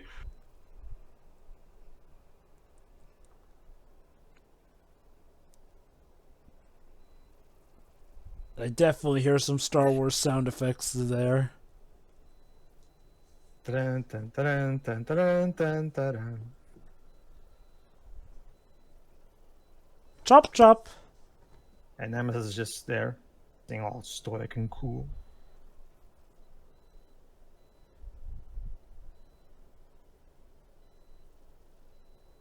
I take it this universe doesn't have teleportation technology. No, otherwise they probably would have used it already. Yeah. It'd probably just be like, they must have forgotten our teleporting technology. All right, beam everyone on the planet up, and then we'll just nick the grain with no opposition. Beam me up, Belisarius. It's funny because that line was, beam me up, Scotty. That's basically become a TV trope for famous quotes that never actually existed. Yeah.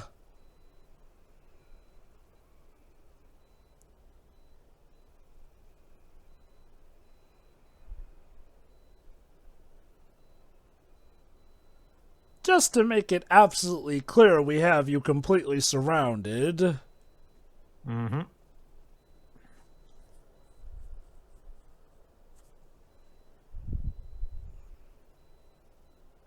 Not the tapestry!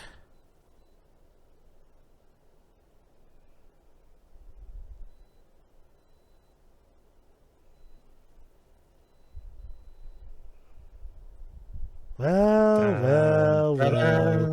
We meet again. Oh, there's the mosaic behind, so I guess they have intention of killing someone to extract their teeth. All right.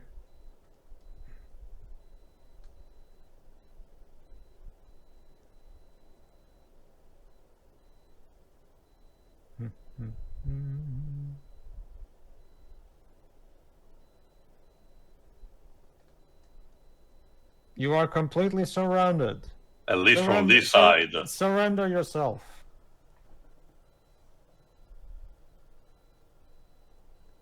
How about a middle finger?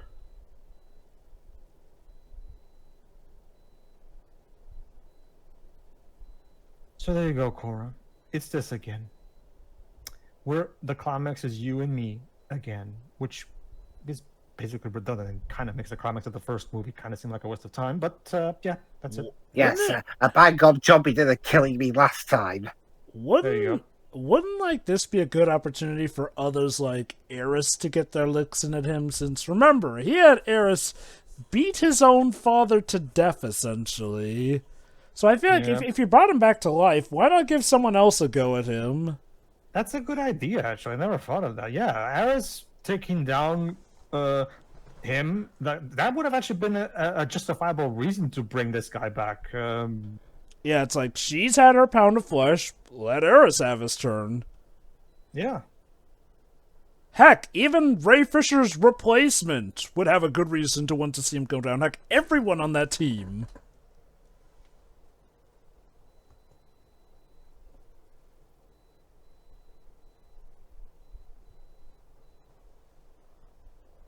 That would be embarrassing.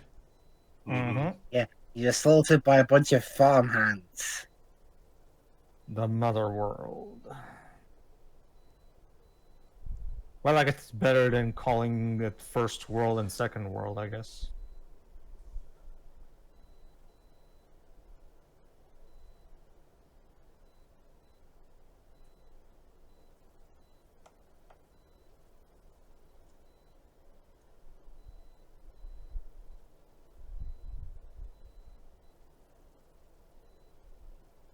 But I won't, because I'm a dick. Well, he's willing to deal. No.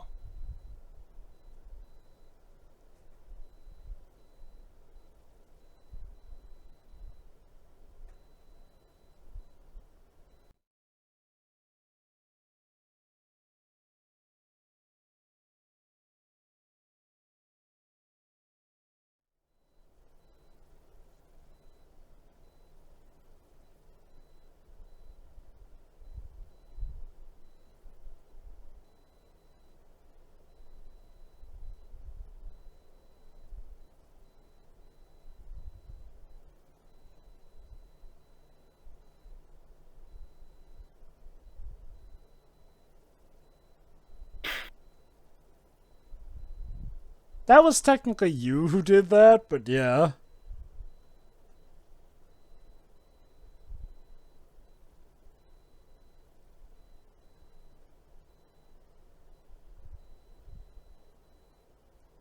What?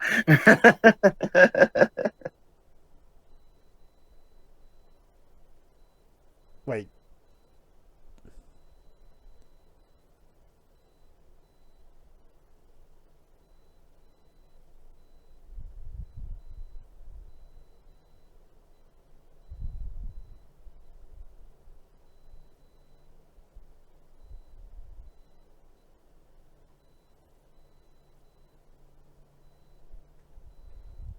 I honestly thought she would have known that they were looking so that she had something planned for them in the barn. Also, Gunnar without, because he has shade too, Gunnar without the beard looks like a relatively young version of Scott Bakula. So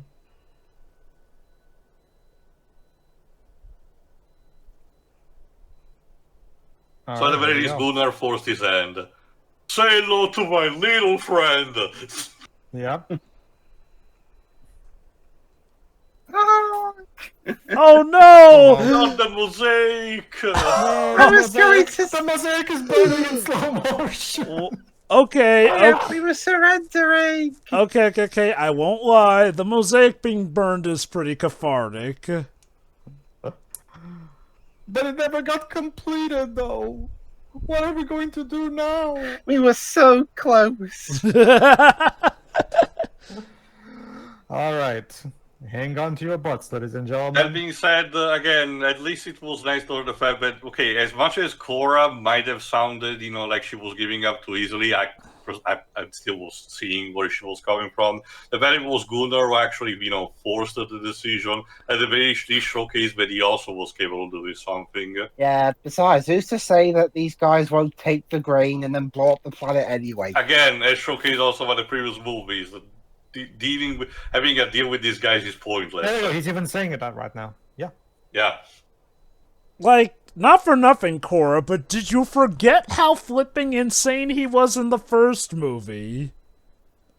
Again, even if it's not applicable immediately, remember the golden rule: never negotiate with terrorists. That entire thing of Kora trying to surrender herself feels like you might as well cut that out. I'll be I honest. guess the idea she wasn't expecting for the entire plan to have the women and children being hostage, and as a result, she felt more guilty than normal. I'll be honest. The way I thought it would go is that I thought she'd know that of course they'd be sensing the building, so instead of the women and children being there, she'd have something planned that turned out it was like a switcheroo, but nope, apparently she did not plan out that far in advance and was willing to give remember, this her is up. still not a military base. They did not really have that many places to hide anyway. Oh, true, yeah, but I thought she would have at least expected that they knew. Like, it feels like, what was the point of revealing that, they were being transmitted their info if she didn't presume that they would know? But I digress. Oh, is he gonna throw a grenade inside? Also, I swear that those helmets don't look very Yeet. practical. It's a six-pack. Okay. Damn. Like, epic slow-mo running. it's funny. It was funny as a moment, but unless they were intending for a bit of levity with, for comedy purposes, it really might have felt slightly totally different. Mm-hmm. Like I get the feeling he's trying to do something akin to those moments in Terminator 2 where they're like, "Get out," I wonder. I get the feeling that's what he was going for, something along those lines. Why Yeah, are this you... is using her not lightsabers. Yeah, at least we get to see Nemesis cool. Oh, slow-mo. Boy, imagine if Kora really had just, made the whole thing a no-go, and everyone would have gone like, wait, we don't get to fight, but we had everything all planned out. Yeah, Kora changed her mind. Again, that would have been really foolish on her part, considering this Empire has shown over the years they're not exactly ones to be trusted on their word. Hell, Eris can literally give you a first-hand account on that. Well, they would if they weren't, Now, Eris, the boy, remember, Ah, Noble literally had him kill his own father, saying he'd spare the family, only to kill the family.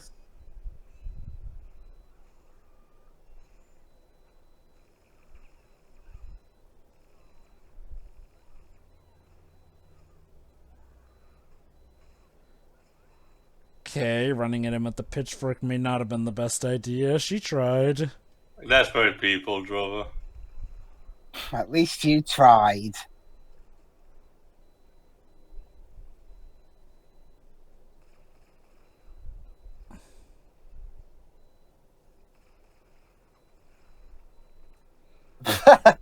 Right as he was about to fire. Mm-hmm.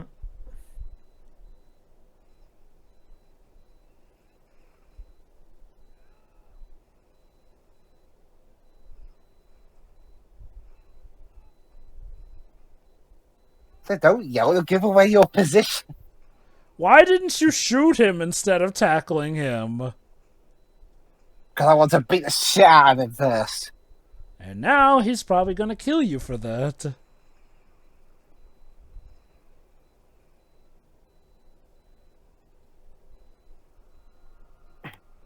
Yeah, I was going to say just kill him first, but he'll probably just get revived again.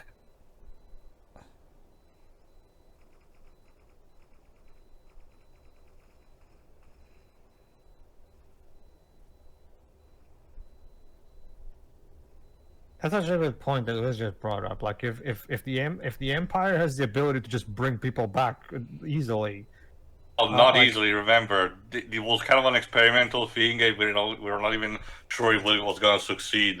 And if I understand correctly, they need to salvage the grain to power this machine. Remember also the whole thing about using the bones of the dead to power up the machine was used mostly for the interstellar travel.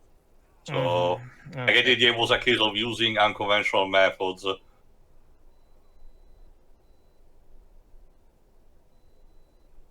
Well, at least you tried. There goes Cage.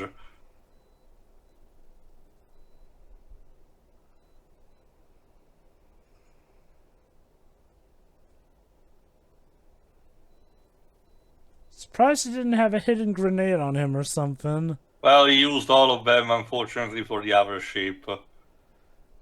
So I just stress again, dude, you should have tried shooting him instead of engaging him in hand-to-hand combat. Like, you should know it typically doesn't go well for most people who aren't Kora. Hold on to your butts.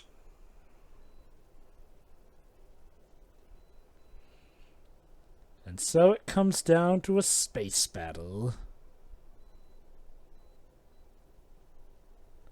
Make them think we're one of them. Good, Kora. Don't get cocky.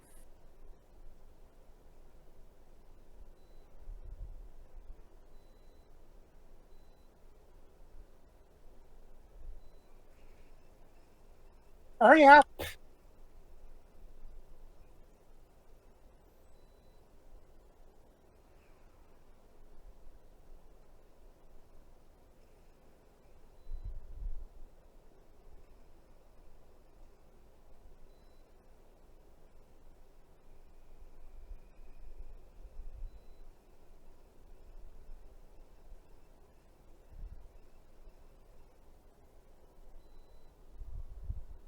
It's to make it look like they were wounded. Yeah, make it look like they were going to crash. Huh. Wait, should we ask the... Wait, who's this? It's an old code, sir, but it checks out. Yeah.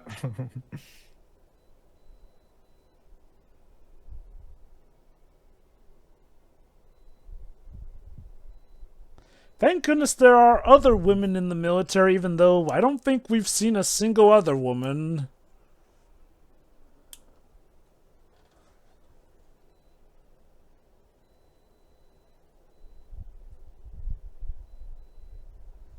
And time to disguise themselves. Well, to be fair, Joel, remember, in her backstory, in the first movie, Kora explained that they're encouraged to find a partner. True, yeah. So there's bound to be some of them that are heterosexual. I'm pretty sure they're wary also in the some of them in the group shot. It's just the fact that the armor style doesn't really, leave too much of an identity, which, it's also akin to typical, imperial, design for these kind of sci-fi stories. And this will also help them look battle damaged too. Mm-hmm. Which, okay, if this was part of the plan, this is probably also part of why she shaved her head. Mm-hmm. And why, Gunnar instead shaved his beard, I guess. Well, that's not really applicable. We saw that one of the SWAT teams, like a guy from before, had a full-on beard. So...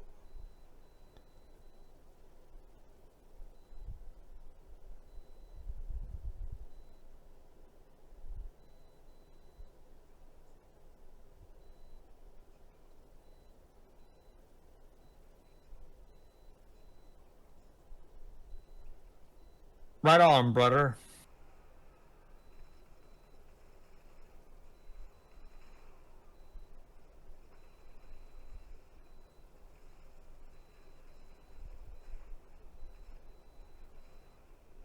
Yeah, probably should have trained them to reload your weapon behind cover.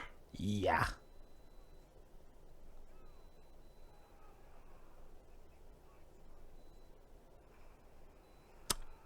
That's some good advice. He said leave the dying to your enemies. Now look at you. You Kill lost your issue. head. Oh, there you go. Hey, what did you say? What did you say? We should die by our enemies? Oh no. You've really got to stop losing your arms, Nemesis. No, no, Jova, we have to use the quote from Metal Gear Rising. Oh, not again. Not Sam!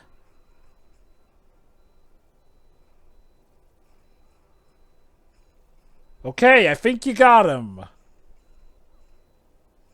He's already dead.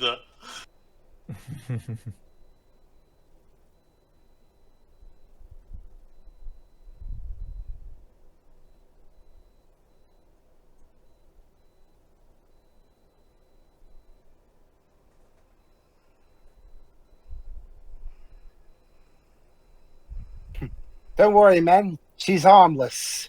She's It's a good thing literally... the enemy. It's a good thing the enemy stood there while Sam was calming Eris down, and Nemesis was just standing there, doing nothing until the camera panned back to her.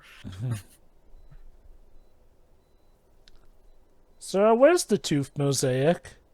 Long story. About that, sir. Yeah, it was getting a bit long in the tooth anyway. I bet you've been waiting the entire duology to say that, didn't you, Noble? But yeah, they're about to send in the second wave, which may not pose well.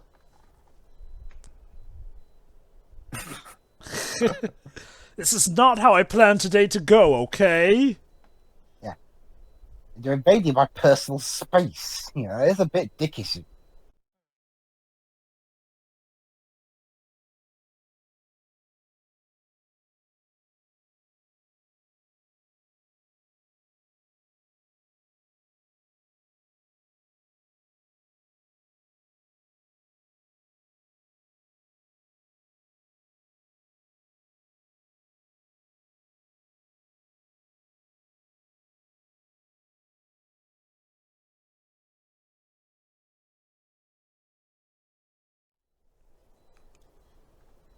Slow mo.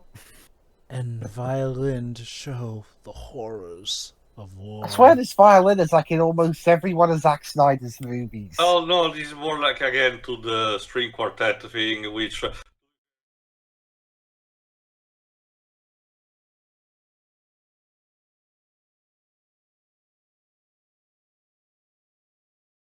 it's more consistent with the village being based around, stuff like say Irish type of villages. Oh boy. Noble sacrifice. Yep. Too late. I'm sorry. You know what that reminded me of? Reminded me of that bit in Terminator 2 where like, go back! Go back! As Miles Dawson is about to die.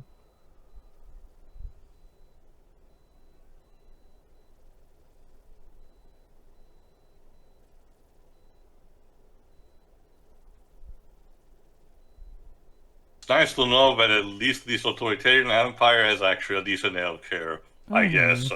I guess so. Well, gotta keep our numbers up that way.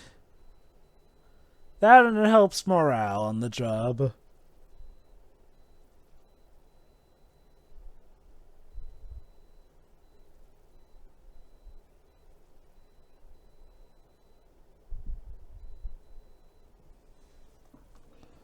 Yeah, I'm pretty sure everyone on the medical team is gonna die.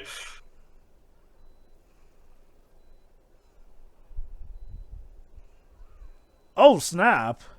Though that said it's through her side, so. And here's the payoff.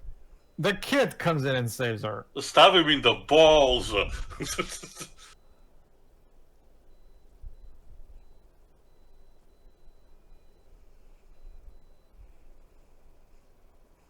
You both die.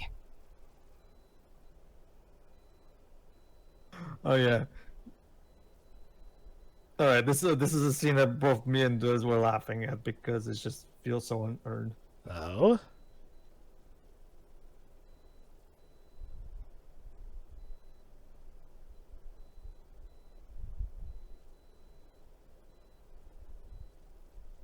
Is Nemesis about to die? I mean, she got stabbed. Oh, but let me guess. She got to protect a child unlike the children that she lost.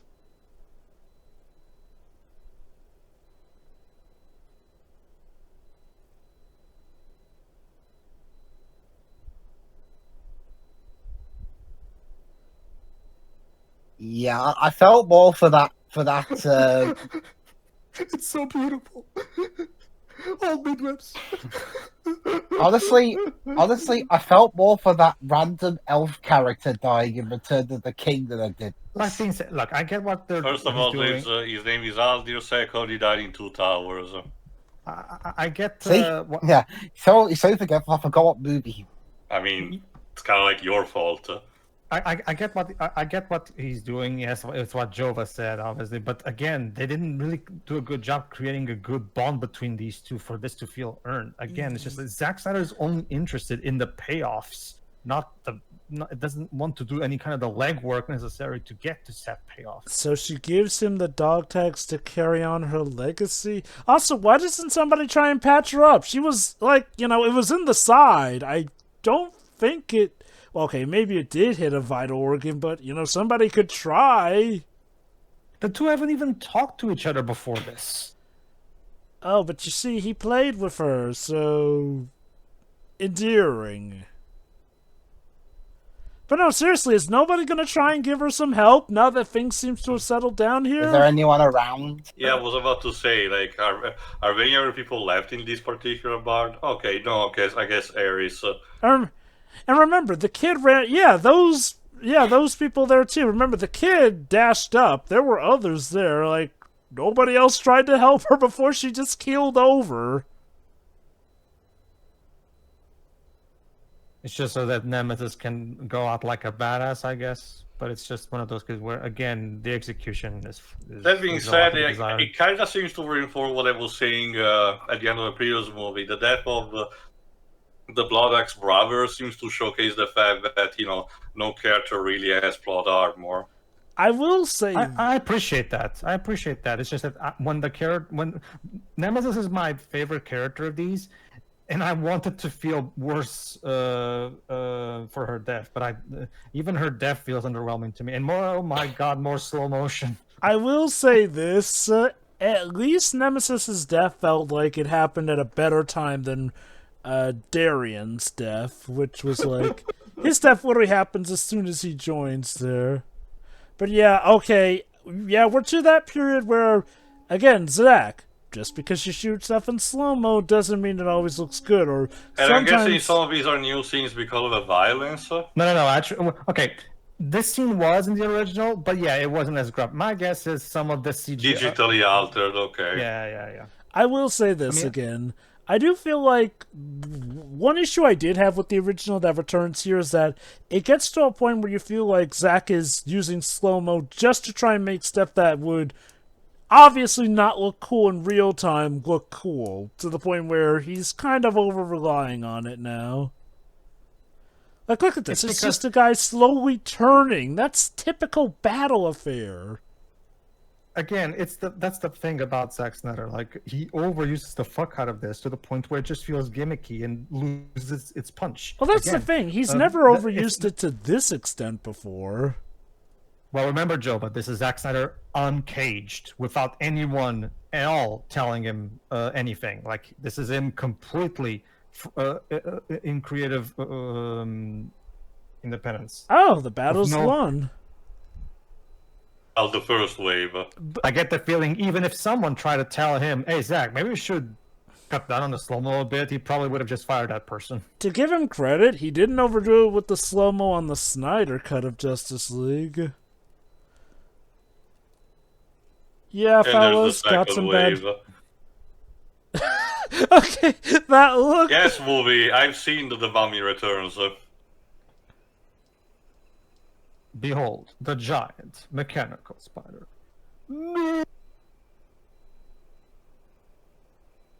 Oh, the humanity! They're Also, pulverizing the bell. dudes, I thought you wanted to avoid hurting the grain, like...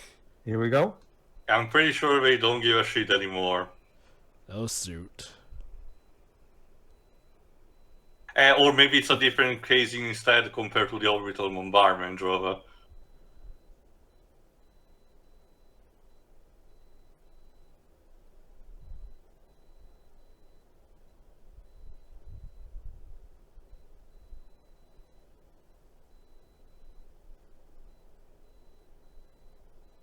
Wait a minute. Check his pulse, Joey. Boo.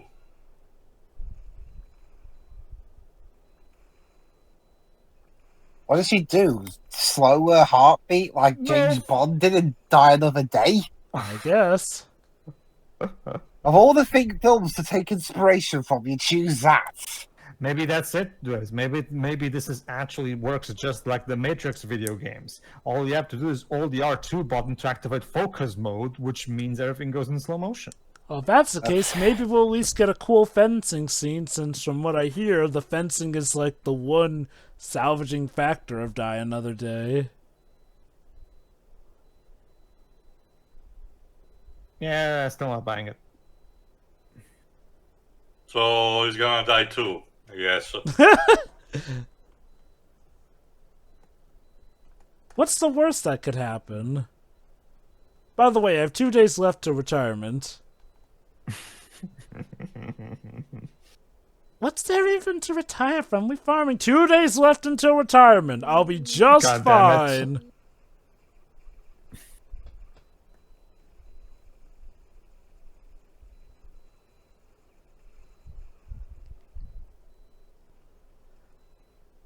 Oh yeah, you're still here.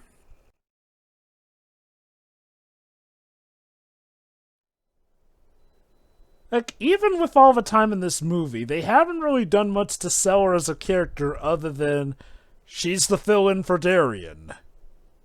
Yeah, and I would have preferred Darian personally.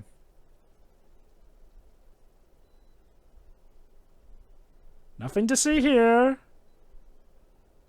She's not acting suspicious at all. Don't bother.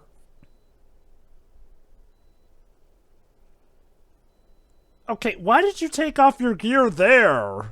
Like, I get it, you're probably doing it for the big climax, but in Also case to be lighter, to move more efficiently. I guess, though, if she was still trying to go for the disguise routine, I guess she's past Well, that point. considering now she's more... Again, she wants to sabotage the engine, that's what I'm getting at. So this is There what we it are. comes to. Also, do we ever learn out why this thing acts like it's alive to the point where it even closes its eyes and sheds tears? Cool imagery, Joe, but like I said, it comes with the territory of a lot of the sci-fi products. I love it. You imagine the evil scientist who designed it. Just to showcase we're evil, let's have it close its eyes and shed tears of energy to show that this is a bad thing.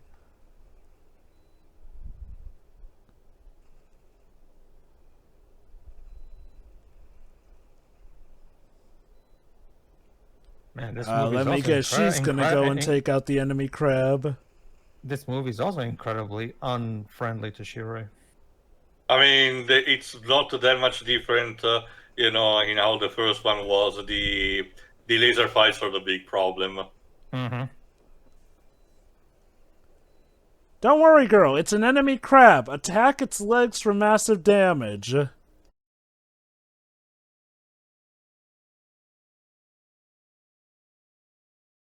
And Noble shows up behind her.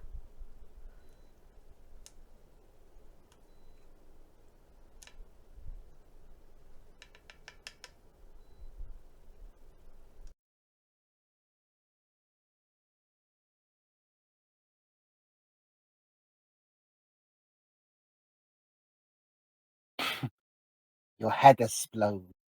Basically.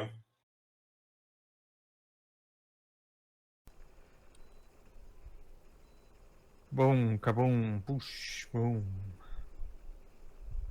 That is some really good cover against those lasers. It's the kind of concession that you had to give with a lot of sci-fi media's drove, including Star Wars, just how potent the actual laser blast is supposed to be in relation to the object they find. Like, they will be able to pierce through a person, but not get past through a single stone wall. Like, how much, efficiency against solid object is. Oh, look at that. The rocket launcher from before came in handy. Yeah. I honestly thought she was going to commandeer that thing, but that works too. Oh, is she out? Apparently so, Jova. Apparently It's so. more like the blast, Jova.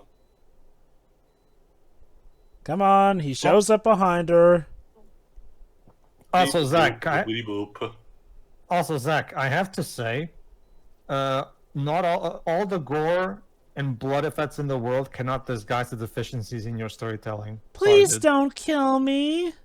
Also, remind me again, Pedro, was this scene also in the original cut? This is on. And from this what Pedro whole tells us, base everything doing with thing- the engine is apparently direct. So, what she was going to do in the original cut in order to sabotage the ship? In the original cut, in the original cut, if I remember correctly, Does it just happen on screen? I think I'll have to go back and rewatch this bit again, I guess. But I can tell that, yeah. This Wait, scene is what? entirely Oh God! Oh, God! wait, there was something alive in there all along? What? Is it like a parallel or something? Is this like an Evangelion? What the heck's going on here? What? Hey. Oh, but Hi. the CG is not. Wait. What? Is this like okay? I don't wonder if she's just imagining things because on the forehead there are not anymore the bombs. I wonder.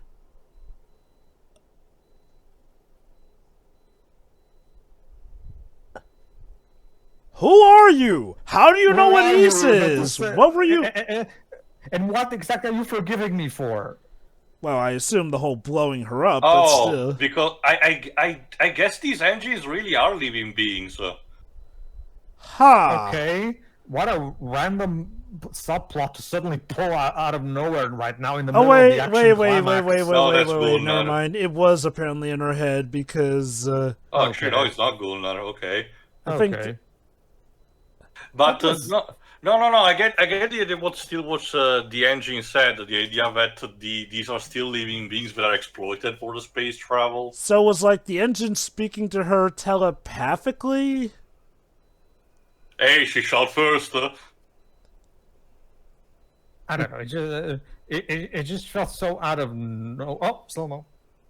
Do you have to kill these worker guys? They may have just been stuck down here. Yeah, they're just doing their job, Kora. So, okay, so apparently the engine may or may not have been a character. I didn't realize. Oh my God, she's on board.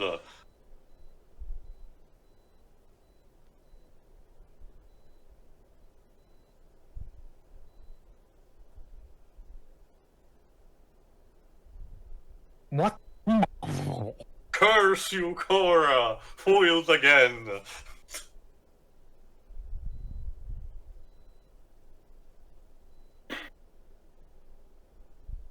She's literally the only other main character woman we have in this movie who's in the military. Of course it's her.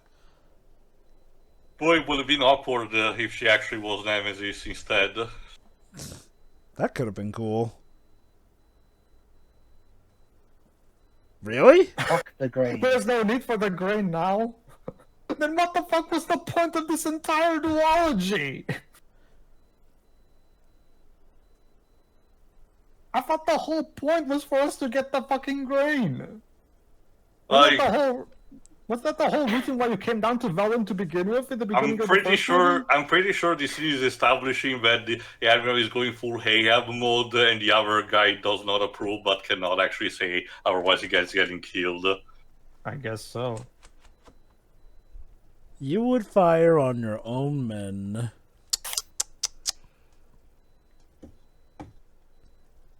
You may fire when ready. Again. Yep. Because, yeah, we've seen this is usually their Hail Mary move. Go to space and bombard from up there. Alright, what is Gunnar supposed to do here? Stealth mission? Well, it's not particularly discreet right now.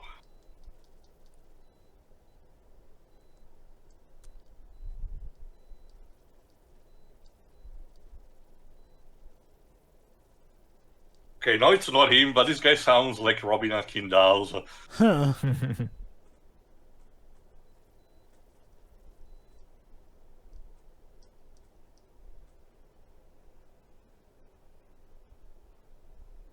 Girl thinks she's Ripley. Yeah, that was also the reason why Ripley stripped down. Sure, on the out of universe level, you know that it's fan service, basically. But in universe also, so she could actually move better to outsmart the alien. Mm-hmm. It's a good thing these soldiers don't have peripheral vision. We're operating on Metal Gear Solid logic, Pedro. Well, the first Metal Gear. Because by Metal Gear 2, they had peripheral vision.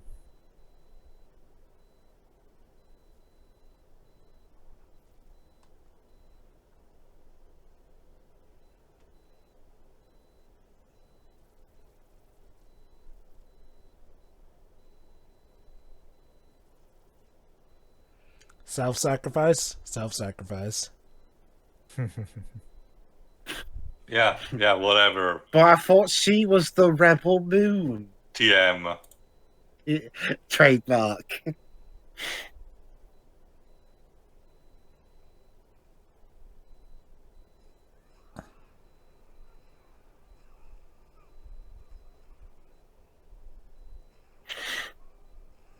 I've forgotten actually. Did they even reference Rebel Moon in the movie by name? I No, don't think so. like I said, the title significance is that this is the place. You know, the place where we are right now is a moon, and they're rebelling against the Empire. So there is that. Right.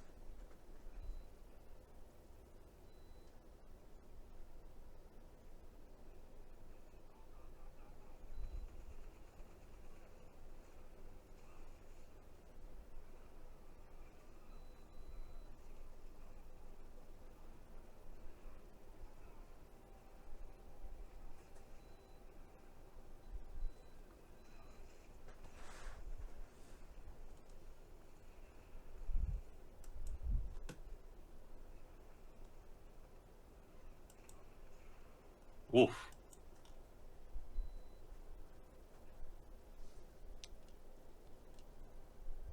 I don't remember if I mentioned in the first movie or anything, but with the type of weapon that they use, you know, the tactics, etc., I can believe, you know, that an actual video game adaptation is possible. Didn't you say, Pedro, that they're developing one Yes. as part of the Apparently- franchising? Apparently there's a video game plan, but we haven't heard anything about it.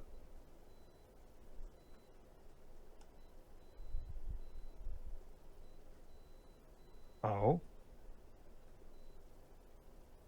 Oh, Good to know. good to know, I guess. Hmm? Alan.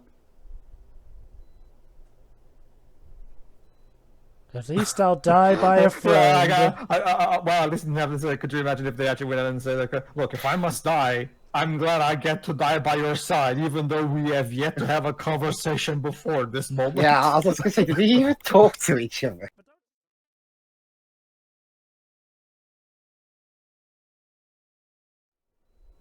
Oh, there's JC. Hello, everybody. I am now going to do something. All right. So I take that this scene was not in the original cut. Nope. What did he do in the original cut? Just the waterfall scene, I guess. The waterfall scene and the occasional Batman shot. like you guys said. But he didn't even help out in the final fight of the final part of the two-parter? Okay. He did help out a bit towards the end. Anthony Hopkins is pissed. So, James, I have to ask, what took you so long? You know? He needs to find the strength to resolve on himself. Again, that's supposedly his entire character arc, self-reflection. I think the issue for me is that there doesn't seem to be a proper transition between him not knowing what to do and suddenly figuring out what to do. Like, he just randomly figured this out off screen, I guess.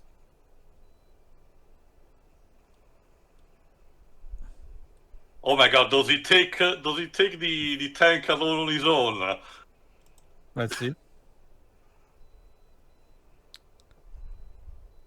Or even better, maybe he commandeers it. Oh, grenade, okay.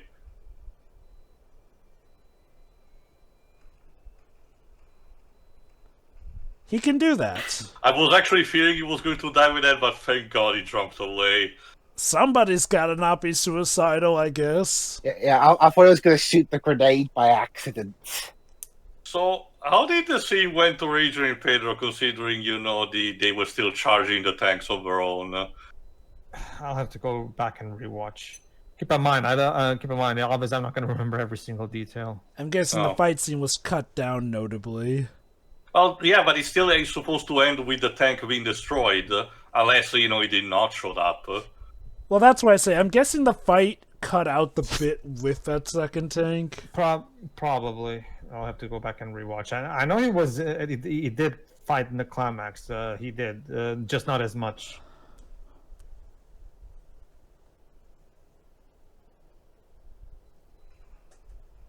Speaking of head counts. All right, we still have to have the final showdown with Noble. For realsies. For realsies this time, hopefully. Yeah, how are we going to make sure he doesn't resurrect again? Blast his head off, I guess. Yeah, like I've said before, he is not a compelling villain. Can we get to Belisarius, please? Honestly, he gets even less presence in this movie. Especially since by this movie now we know he ain't even really the big bad. That's Belisarius. Mm-hmm.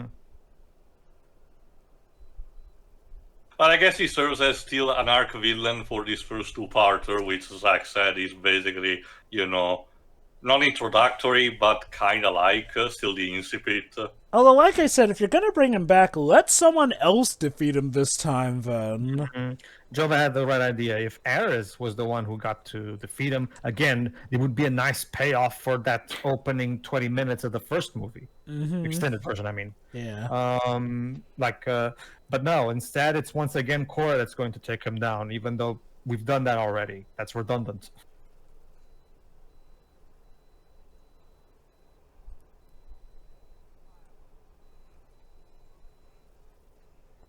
Right on time. What?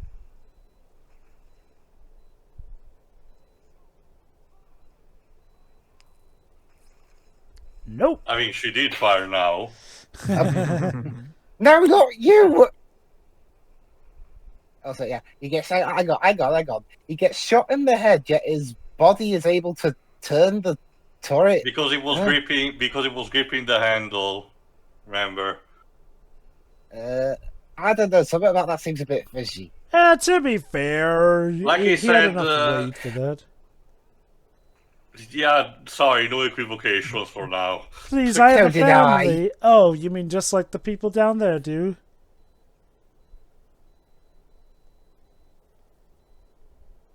Zero casualties, sir. It was such a silly line. I have a family. Oh, you think you're the only one who has a family here, dudes? How could you miss? It was right in front of you. It moved. Yeah, let's see what happened here. How did it miss? The gun moved. Is she overloading the gun? Like, is it possible? I wonder. Was that your maneuver? Just moving slightly to the left? Well, we're not in the same position we were before. That confused them. Yeah, but you barely did anything. I'm pretty sure they can Oh, keep she's up. turning the gun towards the cockpit. We're having some What does it technical look like? modifications. Sir, do we have a shutdown for the gun? We would if it weren't, operated literally by hand. Boring conversation anyway. Honestly, if it were me, I'd be fucking stupid. Honestly, if it were me, I'd just be going down the stairs right about now. Exactly. Like, it's obvious what's Yeah, happening. the Admiral is having the right idea. Yeah, exactly. Apparently, Noble is the only one who's actually has a fucking brain in this fucking ship. They're not answering, and they're pointing at you. What do you think is going on? Like they suddenly decided to play hooky or something? I'm starting to realize why they had to bring Noble back. Because Yeah, the other guy's having the right idea. Please. Everyone else is really dumb. No, Admiral! I know you're insane, but you wouldn't betray me! Goodbye.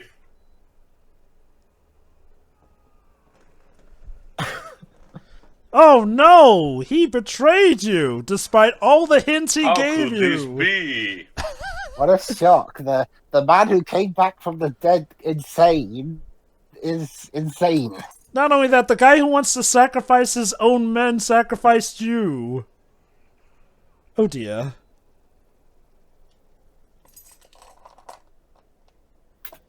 Well, we're giving the ship a makeover. Sword of the King, you're fired. Yeah, he has a context. It's like, he has a context. People on the ground are like, wait, are they just giving up? Also, it's peak authoritarian regime to build a ship that can have its own turret cannon be able to turn towards the bridge. I know, right? Ain't that part of what happened with the Bismarck? Oh. Exaltation, I guess. Oh.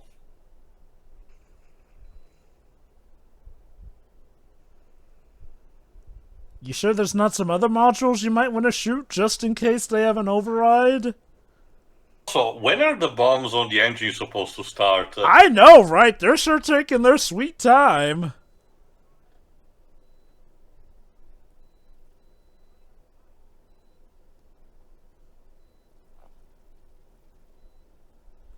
I'm sure no complications will arise.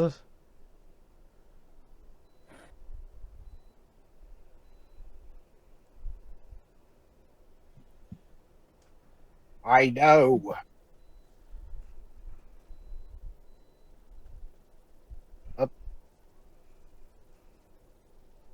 Oh, is she pulling a Spider-Man and staying on the ceiling? There we go. Wow, that one kick was it's like dominoes. They all fall over. Oh snap, he's got a lightsaber too. It's like the stormtroopers lives. They're just there to be mowed down by the hero. But Obi-Wan told me that they're precise. Either that or it showcases that instead the Tusken Raider are even shittier at the aim. Yeah, this is why I guess they use the cybernetic thing or the prosthetics. Well, I guess now we finally got the answer to what happens when you touch the sword part of the lightsaber, I guess. And there are rats. Okay. I'm not entirely certain what was the point of creating CGI rats for that bit, but especially whatever. because again, if it's supposed to be an Imperial ship, they will be obsessed with cleaning and be pristine. I guess it's because they developed by having all the bones and corpses being fueled downstairs. Maybe that's why eventually they form out.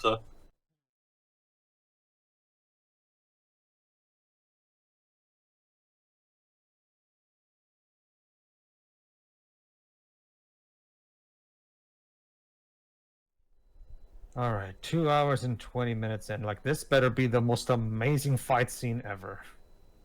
Was it short in the original? No, it was decently in length. Like I don't have a problem with this. I'm not so much criticizing this. It's more so that it's just at this point it's just like No, my question is if you mentioned that they wanted to know if it was a problem, but usually it was too short.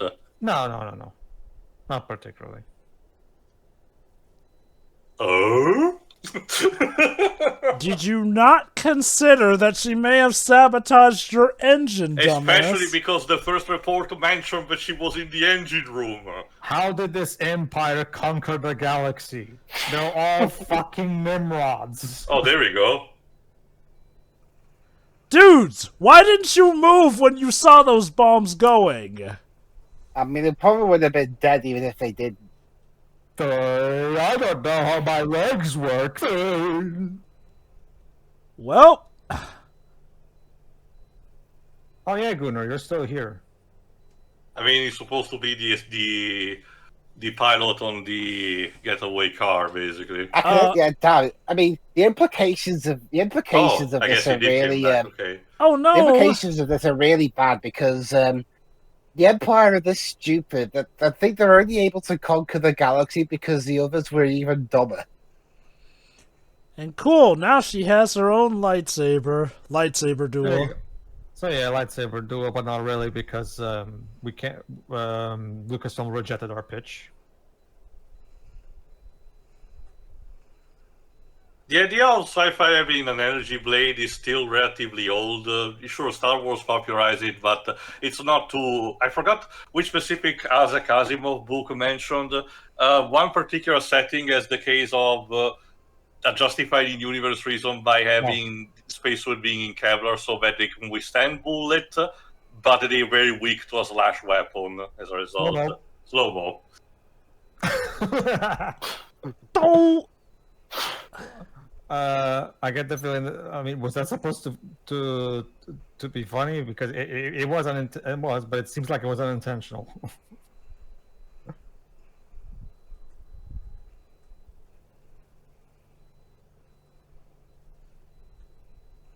It's past your bedtime, lady.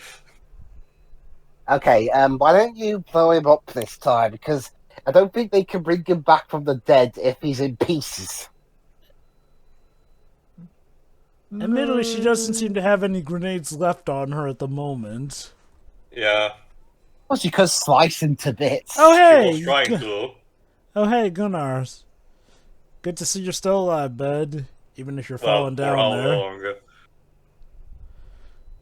He just tackled her.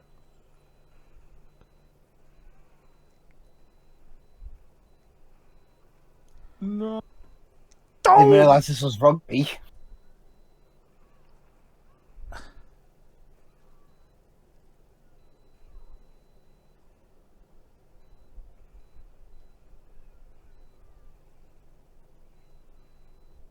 Also, here's hoping that a dreadnought does not fall on top of a village, otherwise it would be very awkward. Yeah. Mm-hmm.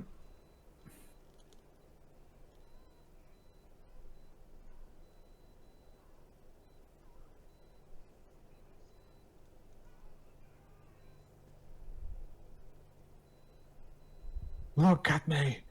Look at me. Yeah, exactly. God damn it, movie.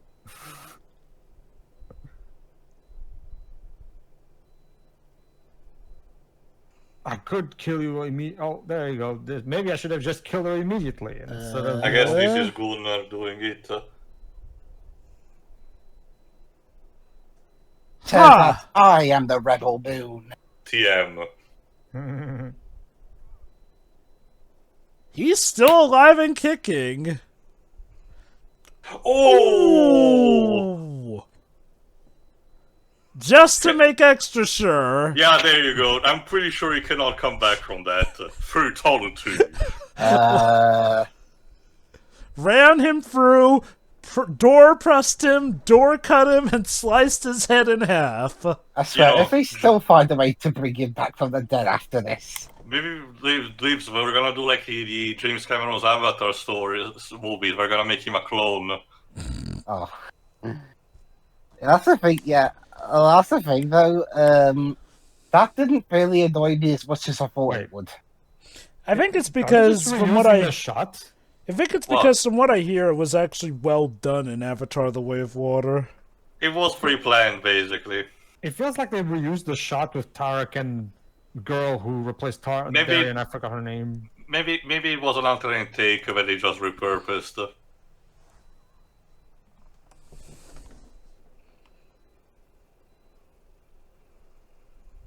Great shot, kid. That was 1 in a million.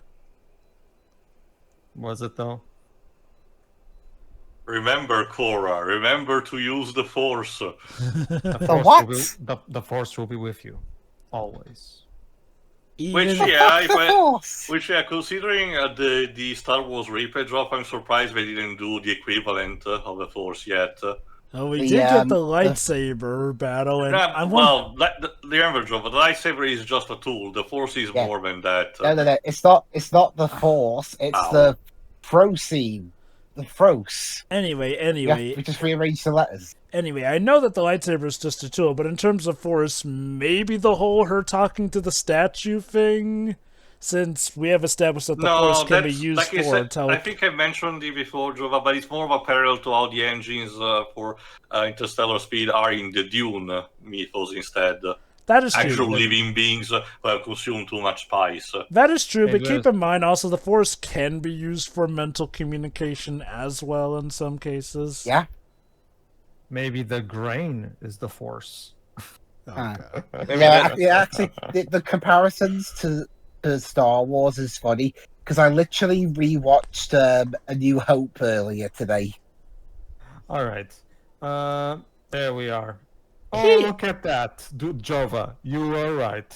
He's seriously going to die after managing to live through everything else and getting one of the killing blows on the bad guys. And again, I guess I should have asked. I should have had like a bingo card on guessing who was gonna die. Also, once again, I have to ask, why don't people try to get people help first before suddenly declaring, oh, nope, I'm dead, I guess, bye. Well, except me, but Yeah, Come on, I've already explained that. False flat because I don't think this was on it. Well, Dwibs, we overestimated our guesses at the beginning of these commentaries, but we weren't too far, you know, because we have managed to reach 30 minutes on a slow-mo counter. Just for this movie or complex or in totality? No, just for this movie. Okay. 30, Yeah, 30 I mean- minutes, just think about this for a moment. We could have shaved off a half hour out of this Wait. movie. Well, Oh! technically, Yes. technically There she 15 is. minutes because if it's in slow mo, that means it's half of its speed. You sure took I your guess. time getting here. But okay, I guess this takes care of the fighters that were left over. The remaining people, yes. Convenient of the Blood Axe to show up right as the fight was wrapping up, but better late than never, I guess.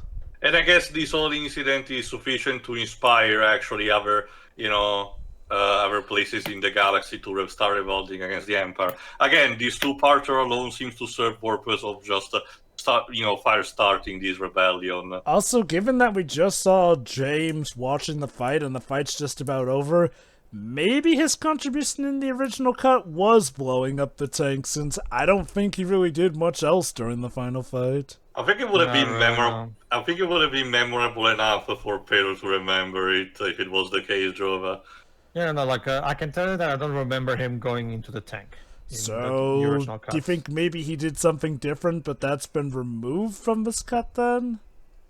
Because How about this? you mentioned he I'm did gonna do some download fighting. the original cut in the background while this is playing, and I'll check when we're done. Go ahead. I only asked because you mentioned he did do fighting during the final climax. Oh yeah, sure, trying to get back his. I remember something at least. But again, let's just check it out. Check it out.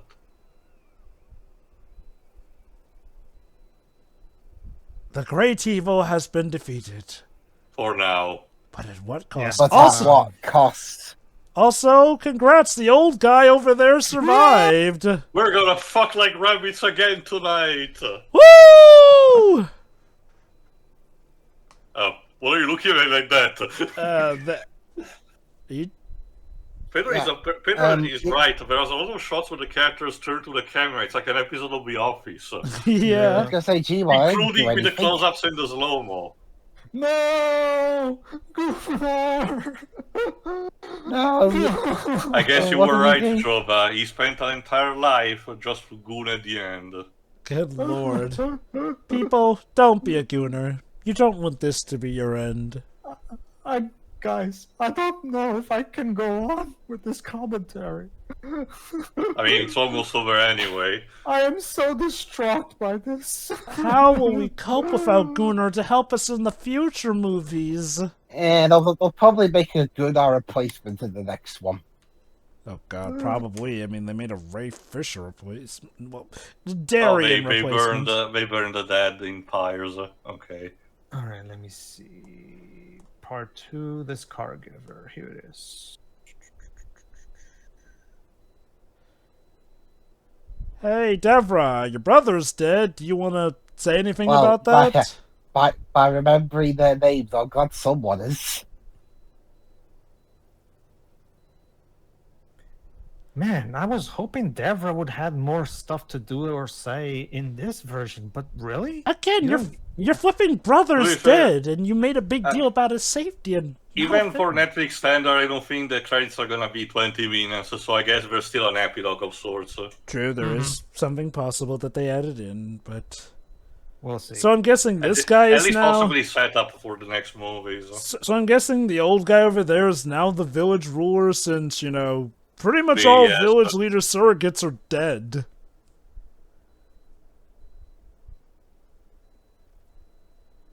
Oh my god.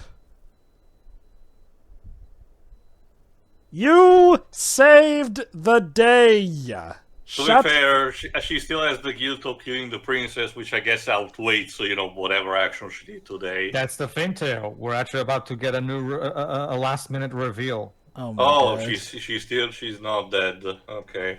Or God. Okay, we're about to see anyway. Yeah, you know that I'm Arfalay? Yeah, there you go. Now she's finally confessing everything to all of them. Yes.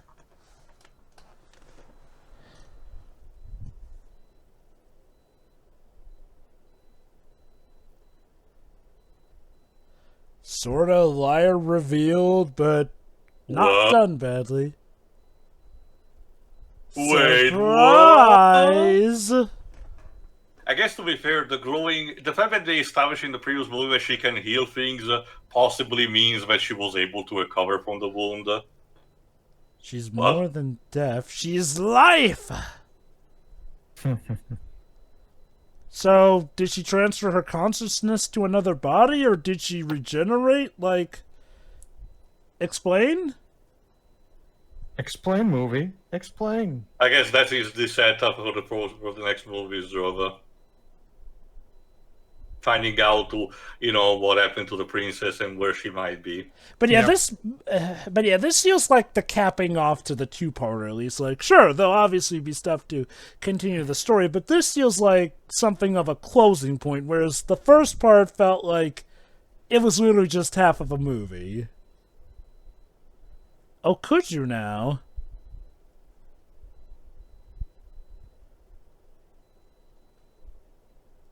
Ah, so James will be part of the main hero band now, I guess. Here's hoping Anthony Hopkins doesn't die, otherwise you either kill off the character or to recast him. Ugh. Okay, to be fair, for the Vox Machina series, where the main villain was played by, I remember again the name of the actor, Jova Lance, the guy who played Wesker in the Netflix series. Lance Henriksen. Yeah, his role is being recast anyway, so maybe if the worst comes to happen, that's what's gonna happen. Okay, so it was around this point, to find her and to fight. So and basically, the original cut ended here. The next movie is the quest to find the princess. Basically. Oh.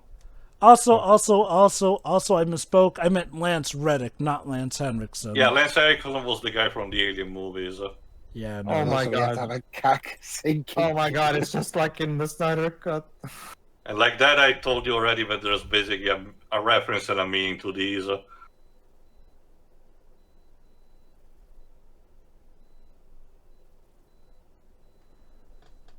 Ah, crap.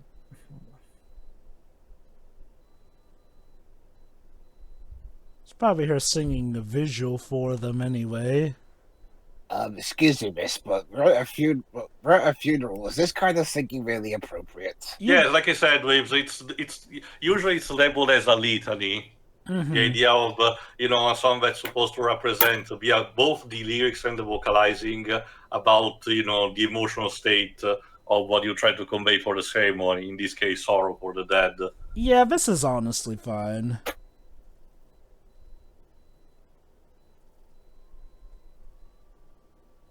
And again, I'll take this over Zack just putting another licensed song that I potentially may not find appropriate. Now, how funny would it have been if they reveal out of nowhere, by the way, this little girl singing is the princess. She's been with you all this time. They seem to sort of imply that with the scene that she had with JC in the first movie. Maybe it's a case of reincarnation, but I guess we will not know. Yeah, that's the thing. Like, he says that the princess is alive, but he doesn't explain, like, if it's like she reincarnated. It's basically a tease, It's clearly a tease, Drover. Yep. I always do find it frustrating when characters say something that they could explain, but obviously they're not because a sequel. Drover, I hope you like long stories. Like, you should be know at this point that fictional media has made it an art to tease things with minimal effort these days. Yes. Yes, they have. Granted, there are a few times where it doesn't here we go. Oh, her naked breasts. Is this? Okay, this is a different character, probably a Joan of Arc equivalent. Yeah, this is new. Let's see. Don't tell me they revive Noble once again. Or again, it's a clone. We say that we have a clone. No, this is Belisarius. Sorry. Oh, is he like, fine, I'll do it myself. For a second, I thought that when the guy's fingers, he was going to eat them and gain his power or something. No, this is not what apparently what you told me is District 9 lives.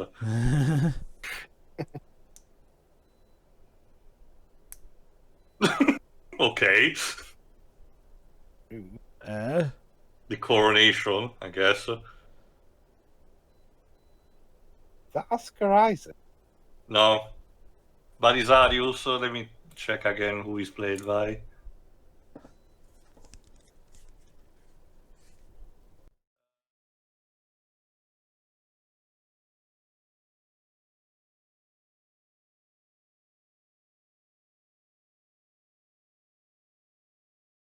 He's played by Fra Fee. Again, not a name I'm familiar with. Francis Martin Free, British. About his return. Oh, it was in the Hawkeye series as Kazi.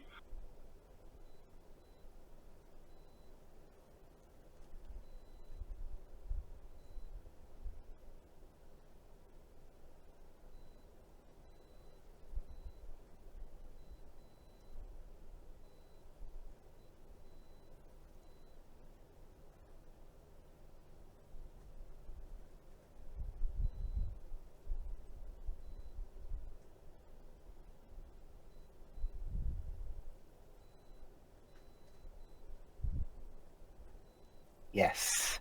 She. Oh, slow-mo. Did you imagine if there was slow-mo during the credits? No, Dave, so what happened instead of like in terms of the credits and the frame rate problems? Yeah. Are there graphics going on in the background, at least in that? There are, yes, but it's still though. Like when your game usually credits are pre-rendered FMVs. Yeah, when your game is so poorly optimized that like it makes it look like a PS3 compile hard game. Oh my god, it's slowing down even more. I think this scene was also present in the first movie. They just recycled it. Yes, I just came out here to do Not this. the All right, entirety, back to work. just him protruding his arms in front of a crowd. I distinctly remember, a similar scene in the first movie. I love scenes like this. Well, they just come out, do that, and then they're like, okay, back to work, everyone. I'm guessing that scene was to imply that he'll do something about it, but he doesn't even say. First of all, yes, but he also mentioned specifically she, so I guess it's also implying that the princess is indeed still alive, and she's potentially, detecting if there were, other discrepancies or anything. Again, it seems more tease than anything. I actually assume he was talking about, Kora, his daughter, as it were. Hey, Dibs, could you check if there's an after credit scene? I scanned along the list. There isn't any. Okay, then. So, yeah, that is kind of it for the time being for the Rebel Moon project. Not only that, but our Zack Snyder marathon as well. All right, before I check the original cut to answer that question about James, as well as you guys give final thoughts, let me just say 30 minutes, 58 seconds, and 78 decimals of slow motion. So basically 30 minutes. We can run it up to 31 minutes. So the shorter movie... Do you remember how long it was for part one? Yes, for 15 minutes and 34 seconds. So if we take this as just one giant movie with two parts... 45 minutes, 45 roughly. minutes of slow motion. The funny thing is, it was the shorter movie that had way more slowdown in it. Yeah, I did notice, that there was more. You weren't kidding when you said that there was more in this than in part one. No, like I said, Theo, this was my end goal. This movie specifically was my end goal. I mean, we had to do part one before we did part two, obviously, but this was the one that I genuinely wanted to. Final thoughts, Dweebs. Well, that was a movie with a lot of slow. It's like the movie keeps having frame rate problems, like in a video game. Truly, the real Rebel Moon was the frame rate we slow along the way. Yep. Yeah, in the case of it would have been called Rebel Moon. But Liz, what about the fantastically tragic and emotionally potent flashbacks? So anyway, the music, it's there. A lot of things I can say are just there. The characters are there. The action is there. I've seen those done better. Some of the CGI is just really naff, even by a Netflix budget movie standard. Mm-hmm. And seriously, it's like Snyder's taking the piss out of himself with all this slowdown. I can't even name on one hand how much the slowdown actually adds to stuff, because it doesn't. It just seems to slow down for the sake of padding out the movie's runtime. Okay. Like on Pedro said, if they just spent the movie up, we'd have shaved half an hour from the movie. Okay. In the meantime, just real quick, Theo, turns out you overestimated my memory, because turns out the tank scene is indeed in the original. I completely forgot about the tank part. I swear. Well, there you go. Okay. So that was his contribution in the original. Yeah. I mean, all the actors are trying their best, but they can't really help. They can't close really to elevating the material they have. And anything else I could bring up? Well, okay, as bizarre as it is, considering these are more part of the same package, but at gunpoint, if you were to be asked which of the two parts would you prefer comparing these two in a vacuum, what would you answer? The first one, because there isn't as much slow motion farming. I was going to guess you were going to say this one because it's shorter. No, that's the problem. The movie feels long because of all the bloody farming scenes. That's usually my answer. Right? Blibs is more about the content of said movie than the length. Okay, then. And the villain, or villains, they're either basically naff versions of Tarkin from the first movie, or just any other or a villain that you probably wouldn't even get in the Clone Wars TV show. And honestly, that's really about it. It's just a really dull duology that somehow is even like. Well, I'm actually not. I should be surprised. It's even duller when it's longer. And in terms of director's cuts of movies made by Zack Snyder, these two films combined are his worst ones. Very rarely do the additions actually add anything. At least Justice League, got an improvement with its director's cut in that it improved the tone to be more consistent. Whereas here, it's just making a dull, drab movie even more dull and drab. So I can assume is that you're not looking forward to parts 3 through 6. Okay, if I swear, if parts 3 through 6 individually, if any of them are longer than 3 hours, I'm half considering not doing them because I'd rather just. I'd rather do housework for 3 hours. At least there's something constructive that comes out of it. Remember, Drew, some people are to the point of now using some Netflix movies for white noise while they do chores, which is how Netflix is turning a profit on some of this stuff. Yeah, because they have the adverts on in the background. Assuming you have the version that still has adverts, but yeah. Yeah, honestly though, I think a film based on the adverts you watch, if you have the lower tier, would be more interesting. But yeah, that's it for me. It's a massive miss from Snyder, and the only reason I won't consider it his worst movie is because Sucker Punch exists. And BVS. At least this movie, actually it couldn't really mess up its own characters because there wasn't much for the movie to mess up. Whereas BVS, it's dull and drab, and it gets characters. Alright, I'll go next.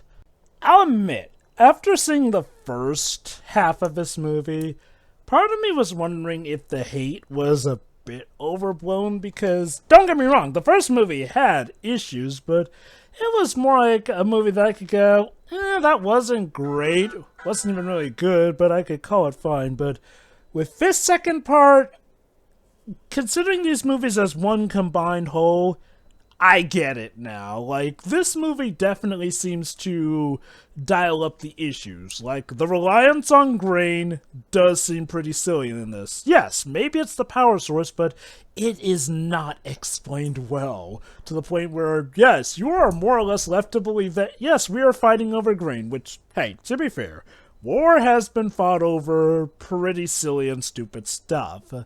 That said, it does not help it doesn't help make things compelling, which, let's be honest, this movie needs. Like, the romance between Kora and Gunnar, I get what the movie was going for, and it had essentially 2 movies to build them up. I didn't really feel much with his death. Eris and Sam are a thing. Good for them.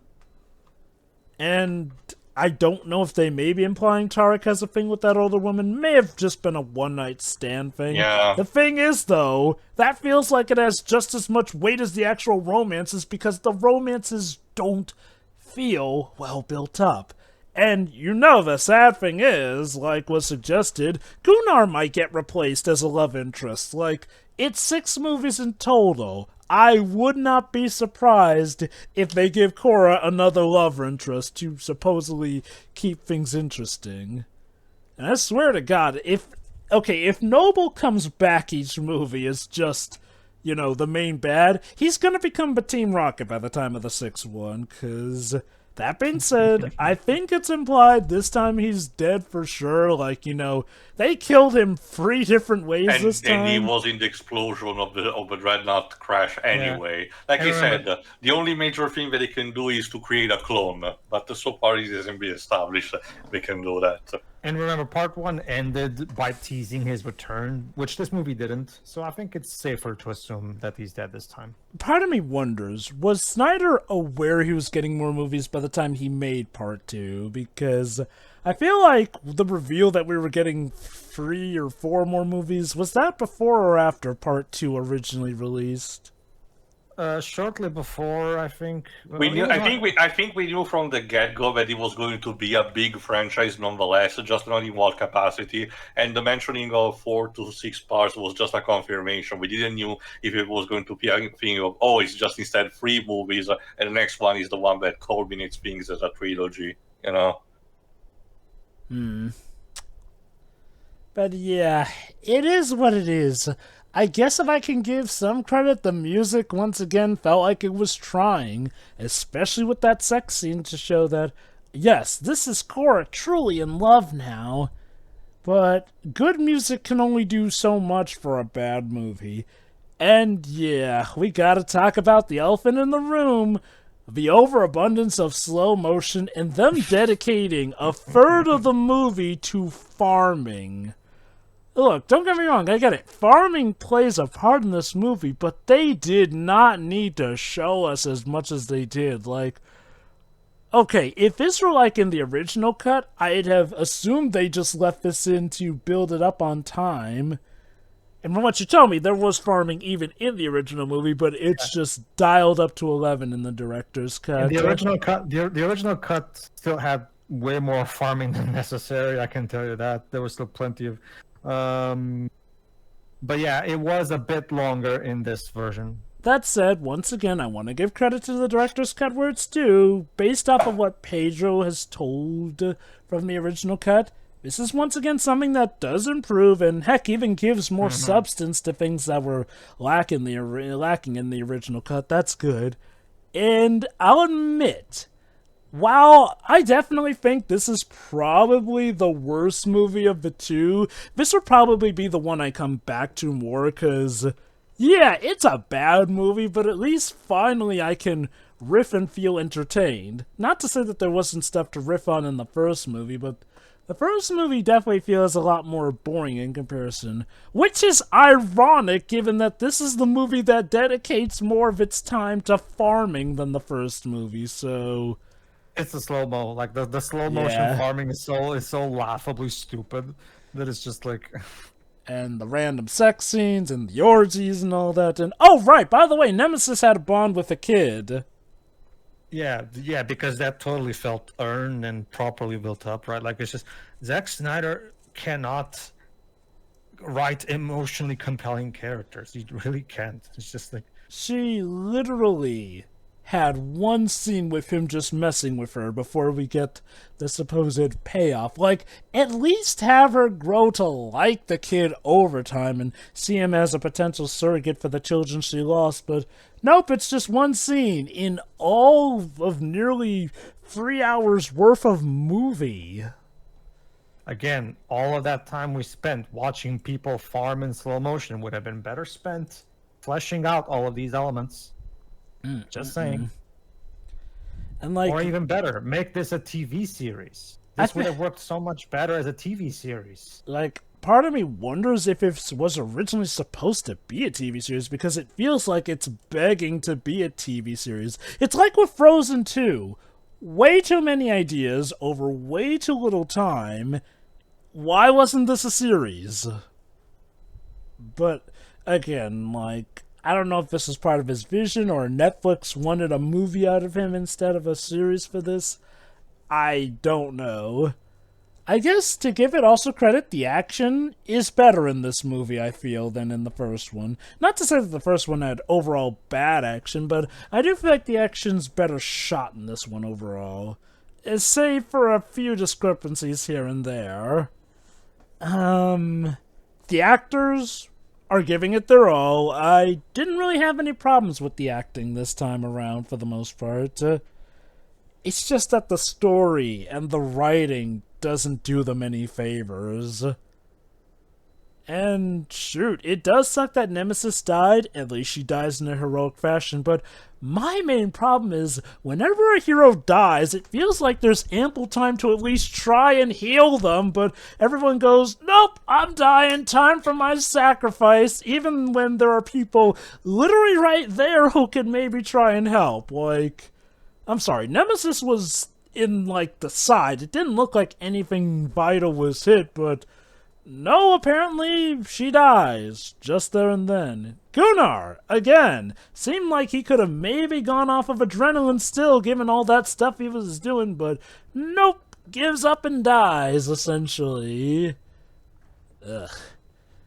Also, I guess James will serve as one of the replacements. Like, shoot, is this how it's going to be across the 6 movies? Little by little, the team dies and gets replaced? The team of Theseus, yes. To be fair, they're labeled as basically a rebellion group, so it kind of makes sense. When you get down to it, even if it didn't affect the core main cast, that's still what happens in the original Star Wars trilogy, you know. Characters like Porkins, Biggs, and Wedge were technically, you know, well known in the rebellion by the time of A New Hope, but of course they died in the assault of the Death Star and they had to be replaced. True. I think it may have been just Porkins who died, and like... No, Biggs and Wedge also die. That's why the Final Fantasy comparison comes from, because they're always names associated with the 2 characters that usually, not all the time, but usually gets to die. Their debut being Final Fantasy VI. Basically, the notable characters who actually have names, so there can be some weight behind them. But I digress, though. Again, it's weird because this movie has ways that it can easily be good, but it feels like it doesn't take those avenues. Like, we once again have Kora killing Noble, even though, like I said, why not have somebody else with a grudge against Noble kill Noble if you really bothered to bring him back? Otherwise, it feels like we're just going for the motions again. Granted, Gunnar got to help out this time, and may have actually dealt the killing blow. Well, I mean, the blow that would have eventually killed him if Kora hadn't decided to double tap, which, to be fair, good on her. Make sure he's down in every way possible. But still, though, it feels redundant. Well, I really think Eris should have had a turn taking him down this time. Which, yeah, again, I wonder, are they hyping Eris up for more? Oh, don't get me wrong, this time he got to, like, massively take out that guy, but for the boy who was there the opening 20 minutes of the first movie, who we focused a lot on, he does not get to do as much as I would think. Heck, it was more of a case where, you know, while technically present for him, the scene itself was just to establish how cruel the Empire was, you know, and they took 2 birds with 1 stone by having his character being, you know, a conduit to showcase that. I guess. It's just the movies constantly act like he's got something big coming, but then he does his part, I guess. Heck, him fooling the Empire didn't even really last because apparently they knew from the get-go he was just trying to trick them. And even with fixing the ship, that's actually something James did. Which, okay, to be fair, give James something to do, because holy cow, James spends these 2 movies mostly just standing around and pondering life. Which ain't the worst thing. I guess the idea is now he's going to be more active, but it feels like a bit of a waste of Anthony Hopkins, I'm not going to lie. That said, at the end of the day, do I regret seeing these movies? No, because they're still part of Zack Snyder's journey, and there is still plenty of hokey stuff here that, honestly, I might be willing to see the end of this thing through. That also being said, I won't shed any tears if Rebel Moon gets cancelled, because... yeah, it is in Netflix, you know, usual MO to just start a project and then unceremoniously kill it for no real reason. Yeah, that's part of the reason why I'm mentally prepping myself. And 2, I mean, it's kind of... how do I put it like this? I would like to see her stepfather, Belisarius, taken down a peg, but I don't know, like, the movie ends on such a happy enough note, and honestly, seeing this thing concluded is not on my biggest of entertainment priority list. I mean, it kind of remember Star Wars Episode 4 when it was made. Lucas was he wanted to make the trilogy, and the other people at Lucasfilm, they were not banking on the movie to be successful enough to continue. So even with the ending still open, they were kind of expecting to begin with the story would have concluded there. So it is a similar effect to that. Yeah. Although if I may add, I don't know if you noticed, Jova, but I certainly did. In terms of ending, on the real, evil overlord, in this case, still alive and maybe a bit pissed off and everything, I got reminded a bit more instead of Aragon, the Aragon. Oh my God, you're right. You're right, actually. Right down with the king slashing the sash and revealing his own evil dragon. Never followed up. Like, I'll admit that one actually bugged me more, if only because that felt like such an obvious, yes, we got a sequel coming. Oh, sorry, no. Like, at least with something like Star Wars A New Hope, if it were to end there, that feels like a good enough happy ending, and at least with this, the day truly feels saved, and it's like, the rest feels like it could be left up to your imagination, like, on how it ends. But Aragon, no. Especially since I had read the other books, so I knew there was supposed to be more coming too. But anyway, that's my final thoughts. This is a bad movie, but it's one I can at least enjoy enough to riff on. That being said, to anyone who legit went in hopes for a good and sustaining and fulfilling experience, you have my condolences. All right, to you. All right. Okay. I'm gonna start with the actual things that I didn't like. Particularly, I agree with the excessiveness of slow-mo. While I don't personally have it too much of a problem with it, because most of the time it's used for scenes that I actually generally like, in terms of coolness. I kind of get the idea of that being overblown in this second part, especially considering the ratio, is much more prevalent than in the first part. So the first part, I argue, still had, a better type of ratio, especially for the fight scenes. Well, in this case, it's a bit, too angled like that. Second, the score. Easily a downgrade. Like you said, the score in the previous movie was possibly the best thing that Tom Okenborg has been doing in the last couple of years. Was not super memorable, but this one is noticeably worse. Not outright bad, but I'm not remembering anything from this. I don't get it. Like, especially because you don't bother to have too much leitmotifs, or if they're present, they're so toned down that it's not really, noticeable. And it's kind of a shame, if I had to be honest. Also, for a note, the CGI. While overall it's still relatively fine, there are some scenes where it's very noticeable, and they veer a bit into the uncanny valley factor. Noticeably, the dream sequence in which the engine animates themselves, and during the last fight scene, the scene where the Admiral gets catapulted and it turns into a PS4 model, like we've said, for Army of the Dead. Again, overall, I don't have a problem, but it's more noticeable, and compared to the first movie, it's still a downgrade. I do wonder if the second movie was technically rushed compared to the first one, in all of its aspects, as a result. As for everything else, I kind of still maintain the opinion that I had with the first movie. This project as a whole really genuinely feels to me the best thing that Zack has been doing ever since the House of Gaul, because, look, I get it if you prefer the Justice League, extended cut, or Army of the Dead compared to this, because objectively they do have either some better characters or a more entertaining factor. But you're telling me that this is supposed to be worse than Sucker Punch, BBS, and Man of Steel? No, thank you. I'm not subscribing to that. The only way I find it worse is just in how much it overuses slow motion. Otherwise, I'm not specifically referring to you, Jova, because the general consensus online seems to try to hype up these as the worst movies that Zack Snyder has ever done. I'm like, no, I'm sorry. This really feels to be another case where the internet is over-exaggerating over something. And look, it's not even the other way around. These are far from being masterpieces or the best movie that Zack Snyder did. But again, if you want to have your criticism, having be actually focused or something, I don't know. But my point still is, I still am interested in the entire mythos and how this was constructed. Like, for example, this sequel bait, I kind of want to see what happened to the princess, actually. Like, is it a case where the body is still active? Do we know? Was the mosaic a thing to genuinely bring her back, or was it just a symbolic thing? There is really stuff that intrigues me for it to keep going.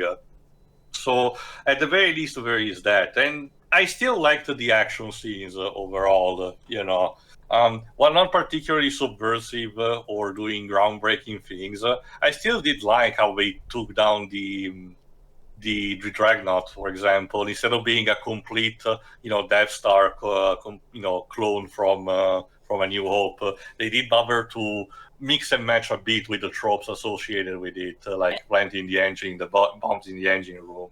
And hey, they took cues from Final Fantasy 13. She apologized to the engine before she blew it up.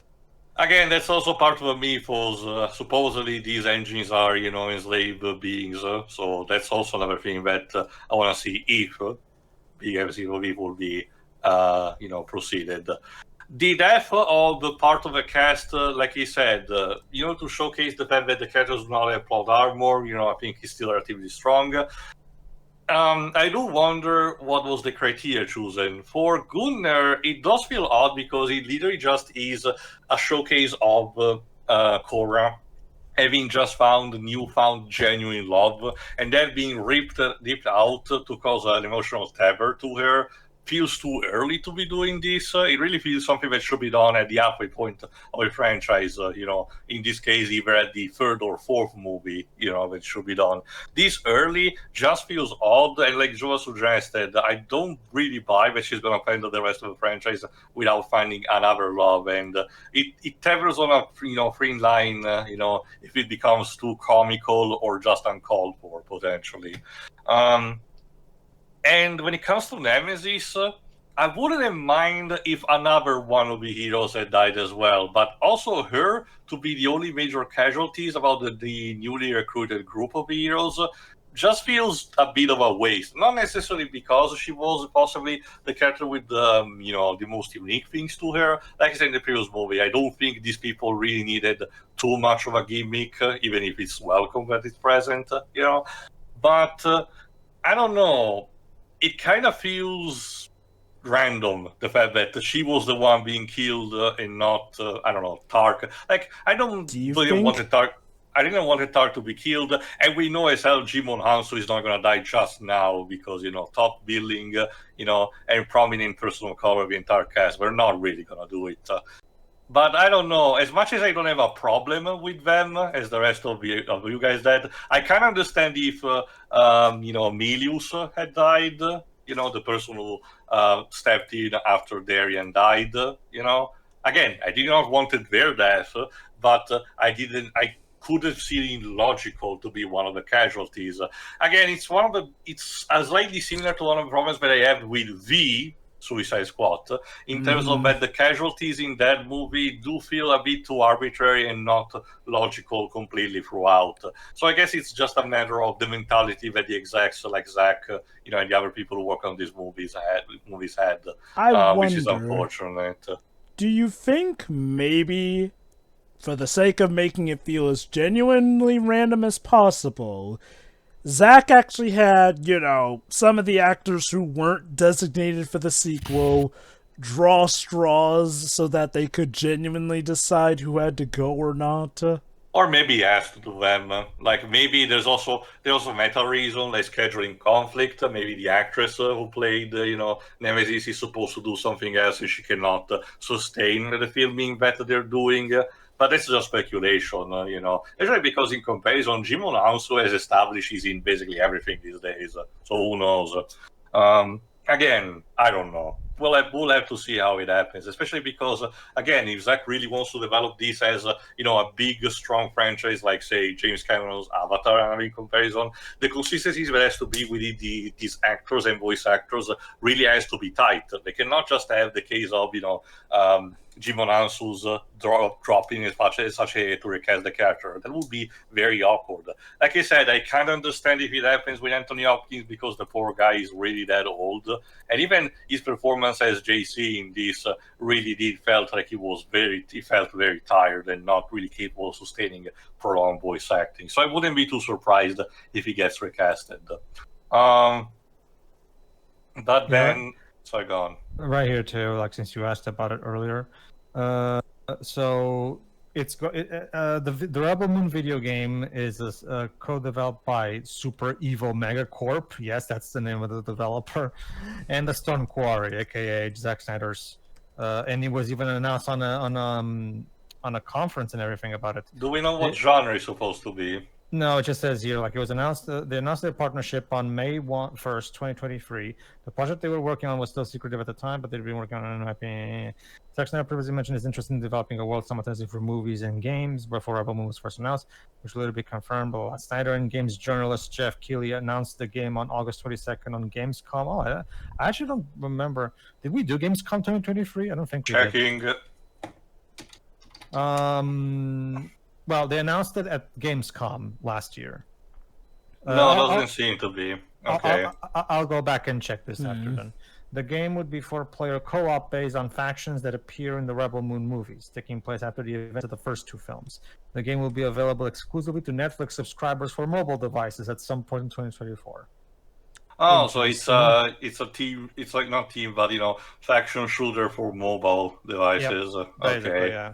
Again, tying stuff that I guess should be expected. Netflix does have a publishing gaming division, but it's not that strong, so I can't believe it.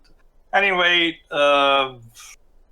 again, I'm pretty sure I'm almost done. So again, I understand that this is not really the Shakespearean story that Zack really wants to portray, with these characters and everything. But I'm genuinely having a good time, and not even in a so good. Like, I'm genuinely enjoying these stories and these characters. I do wish if the movies had not the desaturation that I agree with, but I would prefer a bit more color in these. But the cinematography is still there, the scope is there. The scope could be better, but on the medium, it's serviceable at best, So, and I'm fairly interested to see where it goes. In fact, I want to end with whatever might be this 100 hot degree knife take. If I had to be very blunt, I will take this duology over the Star Wars sequel trilogy, if I had to be honest. Specifically 7 and 9. I still have my love for episode 8, despite what the internet wants to tell me otherwise. But I will take gladly these two movies over episodes 7 and 9, if I have to be honest. Sure, there is the caveat that those two have the baggage of continuing a franchise that's already existing, rather than being a starting one. But I had a better time with these two movies, if I have to be honest. So there is that. Pedro. I have a better time with these movies than I do episode 9, so I can kind of side with you on that. No. Like I said, these are not the worst Zack Snyder movies. Hell, if anything, I actually like even these extended versions. I'll still to even enjoy on that. Like I said, I still find the Snyder Cut to be grossly overrated, and I will still take Rebel. I have more fun watching Rebel Moon than I do having the Snyder Cut, because the Snyder Cut. I'm sorry, when I'm watching the Snyder Cut, by the time I get to the 2-hour mark, it's just miserable, because it just goes on and on and on and on and on. And like I said, I don't like a lot of the plot decisions in that movie anyway. So, I think no, this is still better than something like Snyder Cut, better than Sucker Punch. Yeah, basically, I think I'll take Legends of the Owl movie over this still. Like you said, Pedro, I think maybe the comparison is better to me, at least. This duology is better since that one is the turning point. Sure. That being said, I will. What about Man of Steel and BBS? I'll take them over any of his DC movies in general. Okay.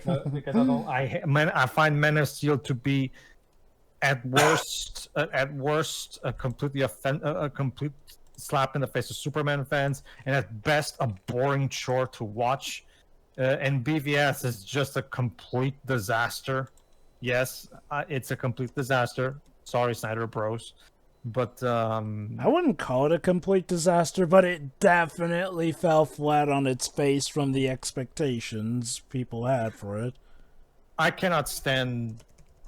Okay, I'll put this. Okay, the one thing that I kind of enjoy is Ben Affleck as Batman in that movie. But yeah, that's about it, really. Like I don't. The Hans Zimmer theme for Wonder Woman, I guess. Oh yeah, and the Hans Zimmer's theme for Wonder Woman. To be fair, yeah. Like Lex Luthor is laughably bad. Like I don't like the characterization of Superman. And the story is just complete brain dead stupidity. Rebel Moon is just shallow. That's the only real thing for me. Like it's just shallow. Like I said, we're 2 movies into this thing, and I still don't know much about the world of this galaxy. Yes, they explained the whole thing with the war with Kora. Yes, but that's it. We already explained that in the first movie. This second movie didn't really add anything to the mythos in my at least nothing that feels worthwhile or substantial to me. Like I said, why can't we focus like if anything, the story that what we've heard from James's story feels a lot more interesting. Why can't he be the main character? But whatever. Yeah. Like Rebel Moon Curse of Forgiveness. By the way, why is it called Curse of Forgiveness? Where exactly is the curse? Well, remember the whole "I forgive you" that the princess says to. Oh, right. Not just the princess, but also the engine being. The engine too. Sure. Again, okay. Let's get this out of there right now. The slow motion is too much. Like, calm the fuck down with the slow mo. There's no need for these farming scenes to be in slow motion. I can understand overusing slow motion in action, at least. With farming scenes, there's no reason for these scenes to be in slow motion. There's no reason. It's just done because Zack Snyder has a fucking erection for slow-mo shots, and that's basically the only reason. There's literally no justifiable storytelling reason why these scenes need to be in slow motion. And they yet, look cool. And like, yet, supposedly the slow motion is to make things look cool, right? Well, I'm sorry, farming still looks boring even when you put it in slow motion. And yet he didn't put most of his sex scenes in slow motion, like with 300 Rise of an Empire, right? which technically was not directed by him, but still, 300 Rise of an Empire still has the pinnacle of slow motion usage in a Zack Snyder anything for me with the sex fight scene. I'm also not keen on the fact that that some important stuff is kept to a fucking podcast, which has Jason Isaacs in, by the way. What? Wait, is Jason Isaacs going to be involved in this franchise, or no? It might be. Okay, if you don't have that experience, Jovan, a recent trend for expanded material is to have podcasts with celebrities in it. The Callisto Protocol had one which had a fuck ton of celebrities in it. Basically, a sort of a radio drama equivalent. The basics is, again, I don't I understand that you want to try to do something akin to what the Wachowskis did back in the early 2000s with the Matrix franchise, where we had a video game, we had 2 movies, we had the Animatrix. I understand they're trying to do something similar with this, but you don't really have the same strong foundation that the first Matrix had to first straighten up your movies and make them better. Because, like I said, the world building in this series still feels very rudimentary and not particularly compelling to me. Like I still don't know much of first of all, this planet, where the villagers live. Is this all the planet is? Just this village? Is there more to this planet? Well, it is described as a moon, so a satellite, so it's not really too big to begin with. Okay, I guess it's a moon then. That's the title of the franchise, Pedro. Guys, that's no moon. That's a rebel moon, yeah. Okay. But once again, the main problem is the deficient storytelling. The story is derivative, yes. Once again, the second part of Seven Samurai, which wouldn't necessarily be a problem if the movie did a good job making us care about the characters, which is, of course, the main problem of these movies. The characters are not interesting. Gunnar is not really a compelling character, not enough to justify having a big tear-jerking death scene over. But Pedro, it was a life. Sure. Sure. I still think Ares is just kind of there, not particularly, and his romance with Sam, like Jova said, is just whatever. Who cares? Like, Gunnar and Kora have basically no. I didn't buy their chemistry at all. James is still criminally underutilized. He's by far one of the most potentially cool character in this franchise, and yet for whatever reason, Zack insisted on these first two movies barely doing anything with him. Now, it seems like finally now with movie 3 we're gonna get it, but again, movie 3 is in doubt, so we'll have to wait and see. Like I said, I kind of want to see more of James's past. He's probably the, and like I said with Nemesis, like Nemesis is a really cool character, and I really wish she was better executed, because her storyline with the kid is so laughably ineffectual. The two characters don't even share more than, I guess, at best, a word with each other. And I'm supposed to believe during the climax that they now created this incredible bond that they even cry over in each other's arms, and it's just like, what? Like, no, I'm sorry. Like, these characters don't have like, this is not like, you compare this to something like there's someone who said something. There's actually a really good fun comment that I saw online that puts it very well. Zack Snyder is what would happen if Michael Bay was under the impression that he's Christopher Nolan. Like, Zack Snyder is trying his hardest to make a super deep and philosophical thing with shit ton of depth, but he just can't do it. He's just not up to the task. So what, you mean like that time when Michael Bay kind of went out of his lane and, well, tried to make Titanic, but with guns via Pearl Harbor? Sure, if that helps you. Well, my point is like, well, like you seem to be implying that, well, with Zack Snyder, it would be like if Michael Bay went out of his lane. Like, to Michael Bay's credit, normally he sticks in his own lane, the action director guy, essentially. Mm-hmm. Also, I was going to say that compared to Michael Bay, Zack is, at least for now, because we did notice Viking stuff in Sucker Punch, where he still had some tendencies. So far, seems to be less sexist and racist compared to Michael Bay. So at the very least, there's that. No, I'm not saying Zack Snyder is as bad as Michael Bay. Michael Bay is still far worse. It's just that, like I said, I was making a thing like, what would happen if Michael Bay went on this ego trip that he's the new Christopher Nolan? Like, so he's trying to do these epic, super deep movies that are completely beyond his skill level, right? And that's what I feel like Zack Snyder is trying to do these movies.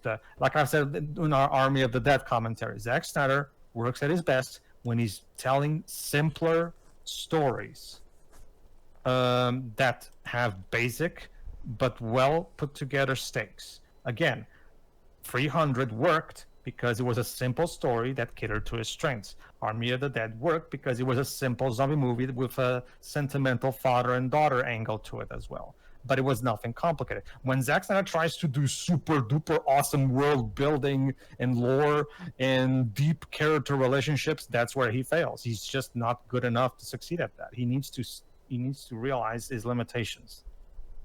Zack Snyder can do good if he does. That's why BVS sucks, because instead of just making a good Batman v Superman, Zack Snyder decided to try to be deep about God. With like, there's so many cringy, pretentious lines from Lex Luthor in that movie. It's ridiculous.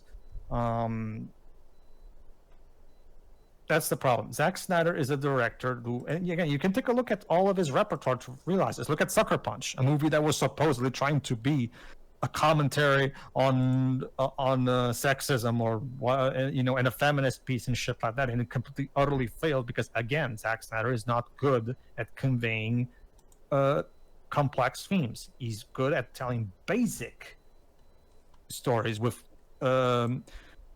basic character motivation. He's good at that to an extent. But he needs to. I just think, like, in the hands of someone like George Miller or Christopher Nolan, like a filmmaker with better writing skills, this could have been a really cool franchise. But I don't think Zack Snyder is good enough to pull off something like this. This thing is trying to be the next Star Wars, and it's just not good enough for that. Like, whatever. That's why it fails. Like I said, the cinematography is fine. Once again, I don't care for the color scheme. I still think Zack Snyder's trademark color schemes are just boring to look at, and I still think the executives that forced them to make the Owl movie look like that were actually in the right. Assuming that's the case, for all we know, he was just feeling that the colors worked better for the kids' movie there. Or once again, he was peer pressured by Warner Bros. Animation. Mm-hmm. Well, whoever made that decision, that person had something going. But Zach clearly disagrees. Again, if it was his decision, then that would mean you're saying he does have something going. Like, again, for all we know, just saying.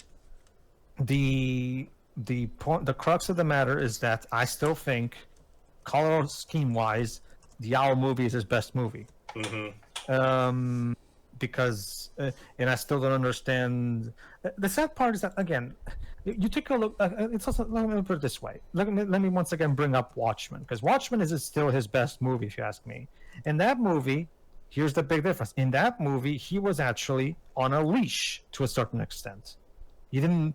And that's the thing. Zack Snyder should not be left to his own devices. The problem is he doesn't want to be on a leash. Clearly, he wants to just be left to his own devices and just surrounded himself with a bunch of yes men, and that's the problem. If he got a team of writers to help him to take his ideas and channel them into better written scripts, these movies would be way better, right?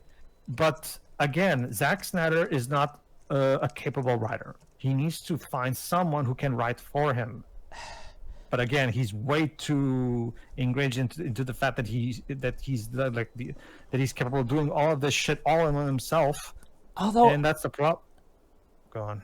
I mean, I was going to say, although, again, we have seen times where he did actually write good. Like, he did write for the Wonder Woman movie. He did write for Army of Thieves. So I feel like he's capable at times, but there's just a certain amount of how much control he has versus, total control. Like, yeah, so, but here's the thing. That's not what I was saying, though. Yes, for Wonder Woman, the first Wonder Woman, I mean, he co-wrote the story, not the script. Whereas with Army of the Dead and Army of Thieves, yes, he wrote the script for those, but like I said, those were simpler movies that are within his skill level. That's fair.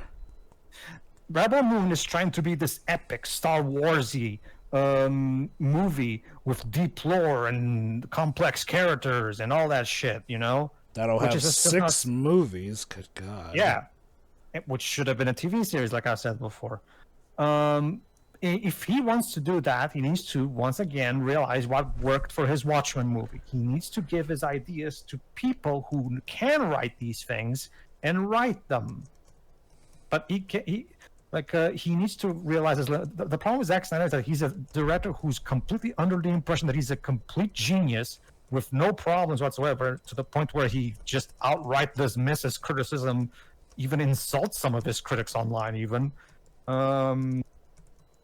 And I just don't think he's ever going to really get back to that level of the Watchmen movie. Not if he needs to take a lesson in humility and realize that he can't do this on his own. He can't. He's not good enough. There's nothing wrong with understanding your limits, Zach. But yeah, it's abundantly clear that Zack Snyder is not interested in, making his productions a collaboration. He just wants to do everything himself but whatever, that's it. Rebel Moon Part 2, it's not good. Which of the two movies is worse? I guess maybe this one, because the first movie, at the very least, it felt like at the very least it had some basic structure, and I got to see more of the world in that movie than this one. Whereas this one, you spend most of the movie on the fucking moon itself, and the moon is not interesting whatsoever. It's just grain and nothing else. Farming. Don't forget the farming. Well, yeah, the farming for the grain. Whereas this movie is less interesting. That, to be fair, like Jova said, it's more easy to riff on because, again, the slow-mo is laughable, and again, the emotional scenes fall flat, and it's so sad to see. That's it, everybody. That was Rebel Moon, the duology. Will there be a third one? Considering the flopping of these director's cuts, it's in doubt, but who knows? Only time will tell. Only time will tell, ladies and gentlemen. Sorry, go on. So, if there is a third movie, we're there. We're not sure if Dwebs will be, because it seems like Dwebs is completely checked out at this point. I wouldn't mind checking Twilight of the Gods when it comes out. Oh, sure. We'll take a look. Yeah, oh, sure. That could be interesting. One of these times, maybe when the whole show is out, we'll check out Twilight of the Gods. Why not? Yeah, that's another thing that I was thinking about. Let me just mention something. In fact, I actually have more hope for Twilight of the Gods than I have the Rebel Moon movies. You know why? Because Zack Snyder is doing exactly what I just said. He's taking his ideas and he's giving them to a team of writers who can do this shit better than him. See? It's not that hard. That's also another thing that I did mention, but I forgot to reprise now. Again, that whole thing about characters in the Army of the Dead animated series spin-off that get catapulted here via, portal and are in background shots. I guess it was applicable to part 1, maybe stuff like on the other planets, because it doesn't really fit for this second part. Oh, well. All right, everybody. See you for it's still gonna since whatever happens next. I guess eventually we'll get to Twilight of the Gods. Yeah. See ya.